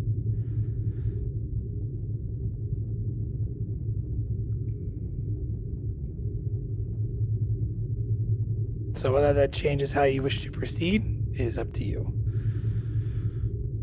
Is she still willing to help? She's willing to help, but she's also not. She is convinced that she's probably not going to be safe after this. She sees no even with her augmented mind, she sees no path that where she can continue living among the perfected. Well, Perone is already in for a penny in for a pound. He'll offer her asylum if she wishes to go with us.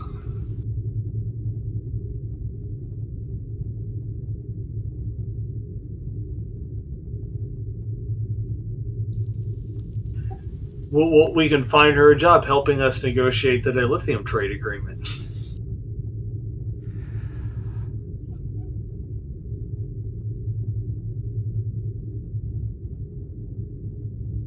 She's gonna. She'll take you up. She'll probably take you up on that offer just to kind of speed it along. Okay. With that though, I'm gonna set the difficulty. Dice roll. Well,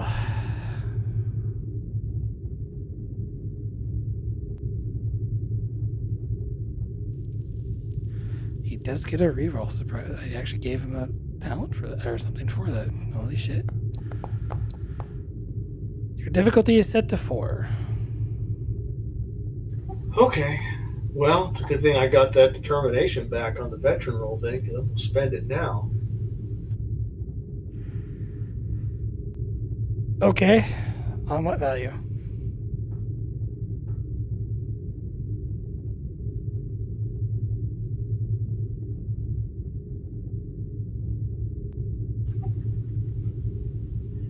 Do I count as a member of my own crew?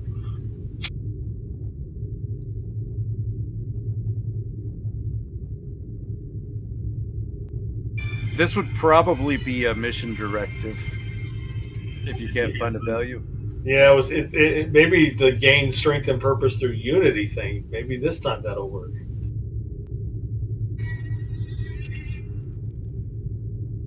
I'll allow it. You're trying to appeal to the better part of the, essentially the council.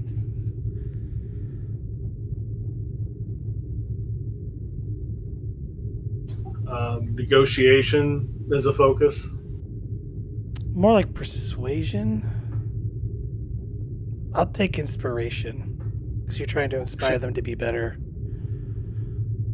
I like that. That's very David Perone.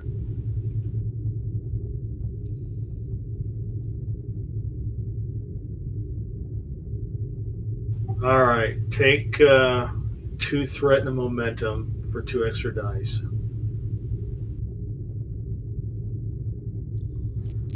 It's pronounced Perone, damn it. It really was in the old country. Damn. Well, with the expertise of Lanny, you are able to successfully negotiate a much better suitable area for a reservation for the Ares people. And that it would be a sort of reserve area to where it's off limits, except for dire situations. You also gain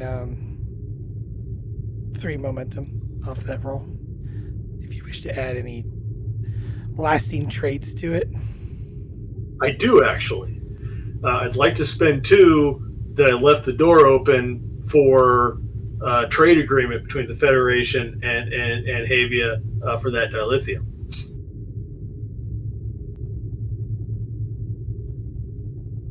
All right.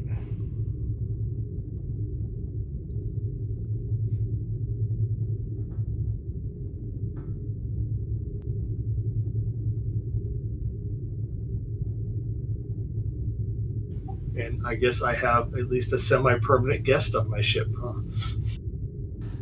Well, until Starfleet figures out what to do with her. She's technically an augment, so. Yeah.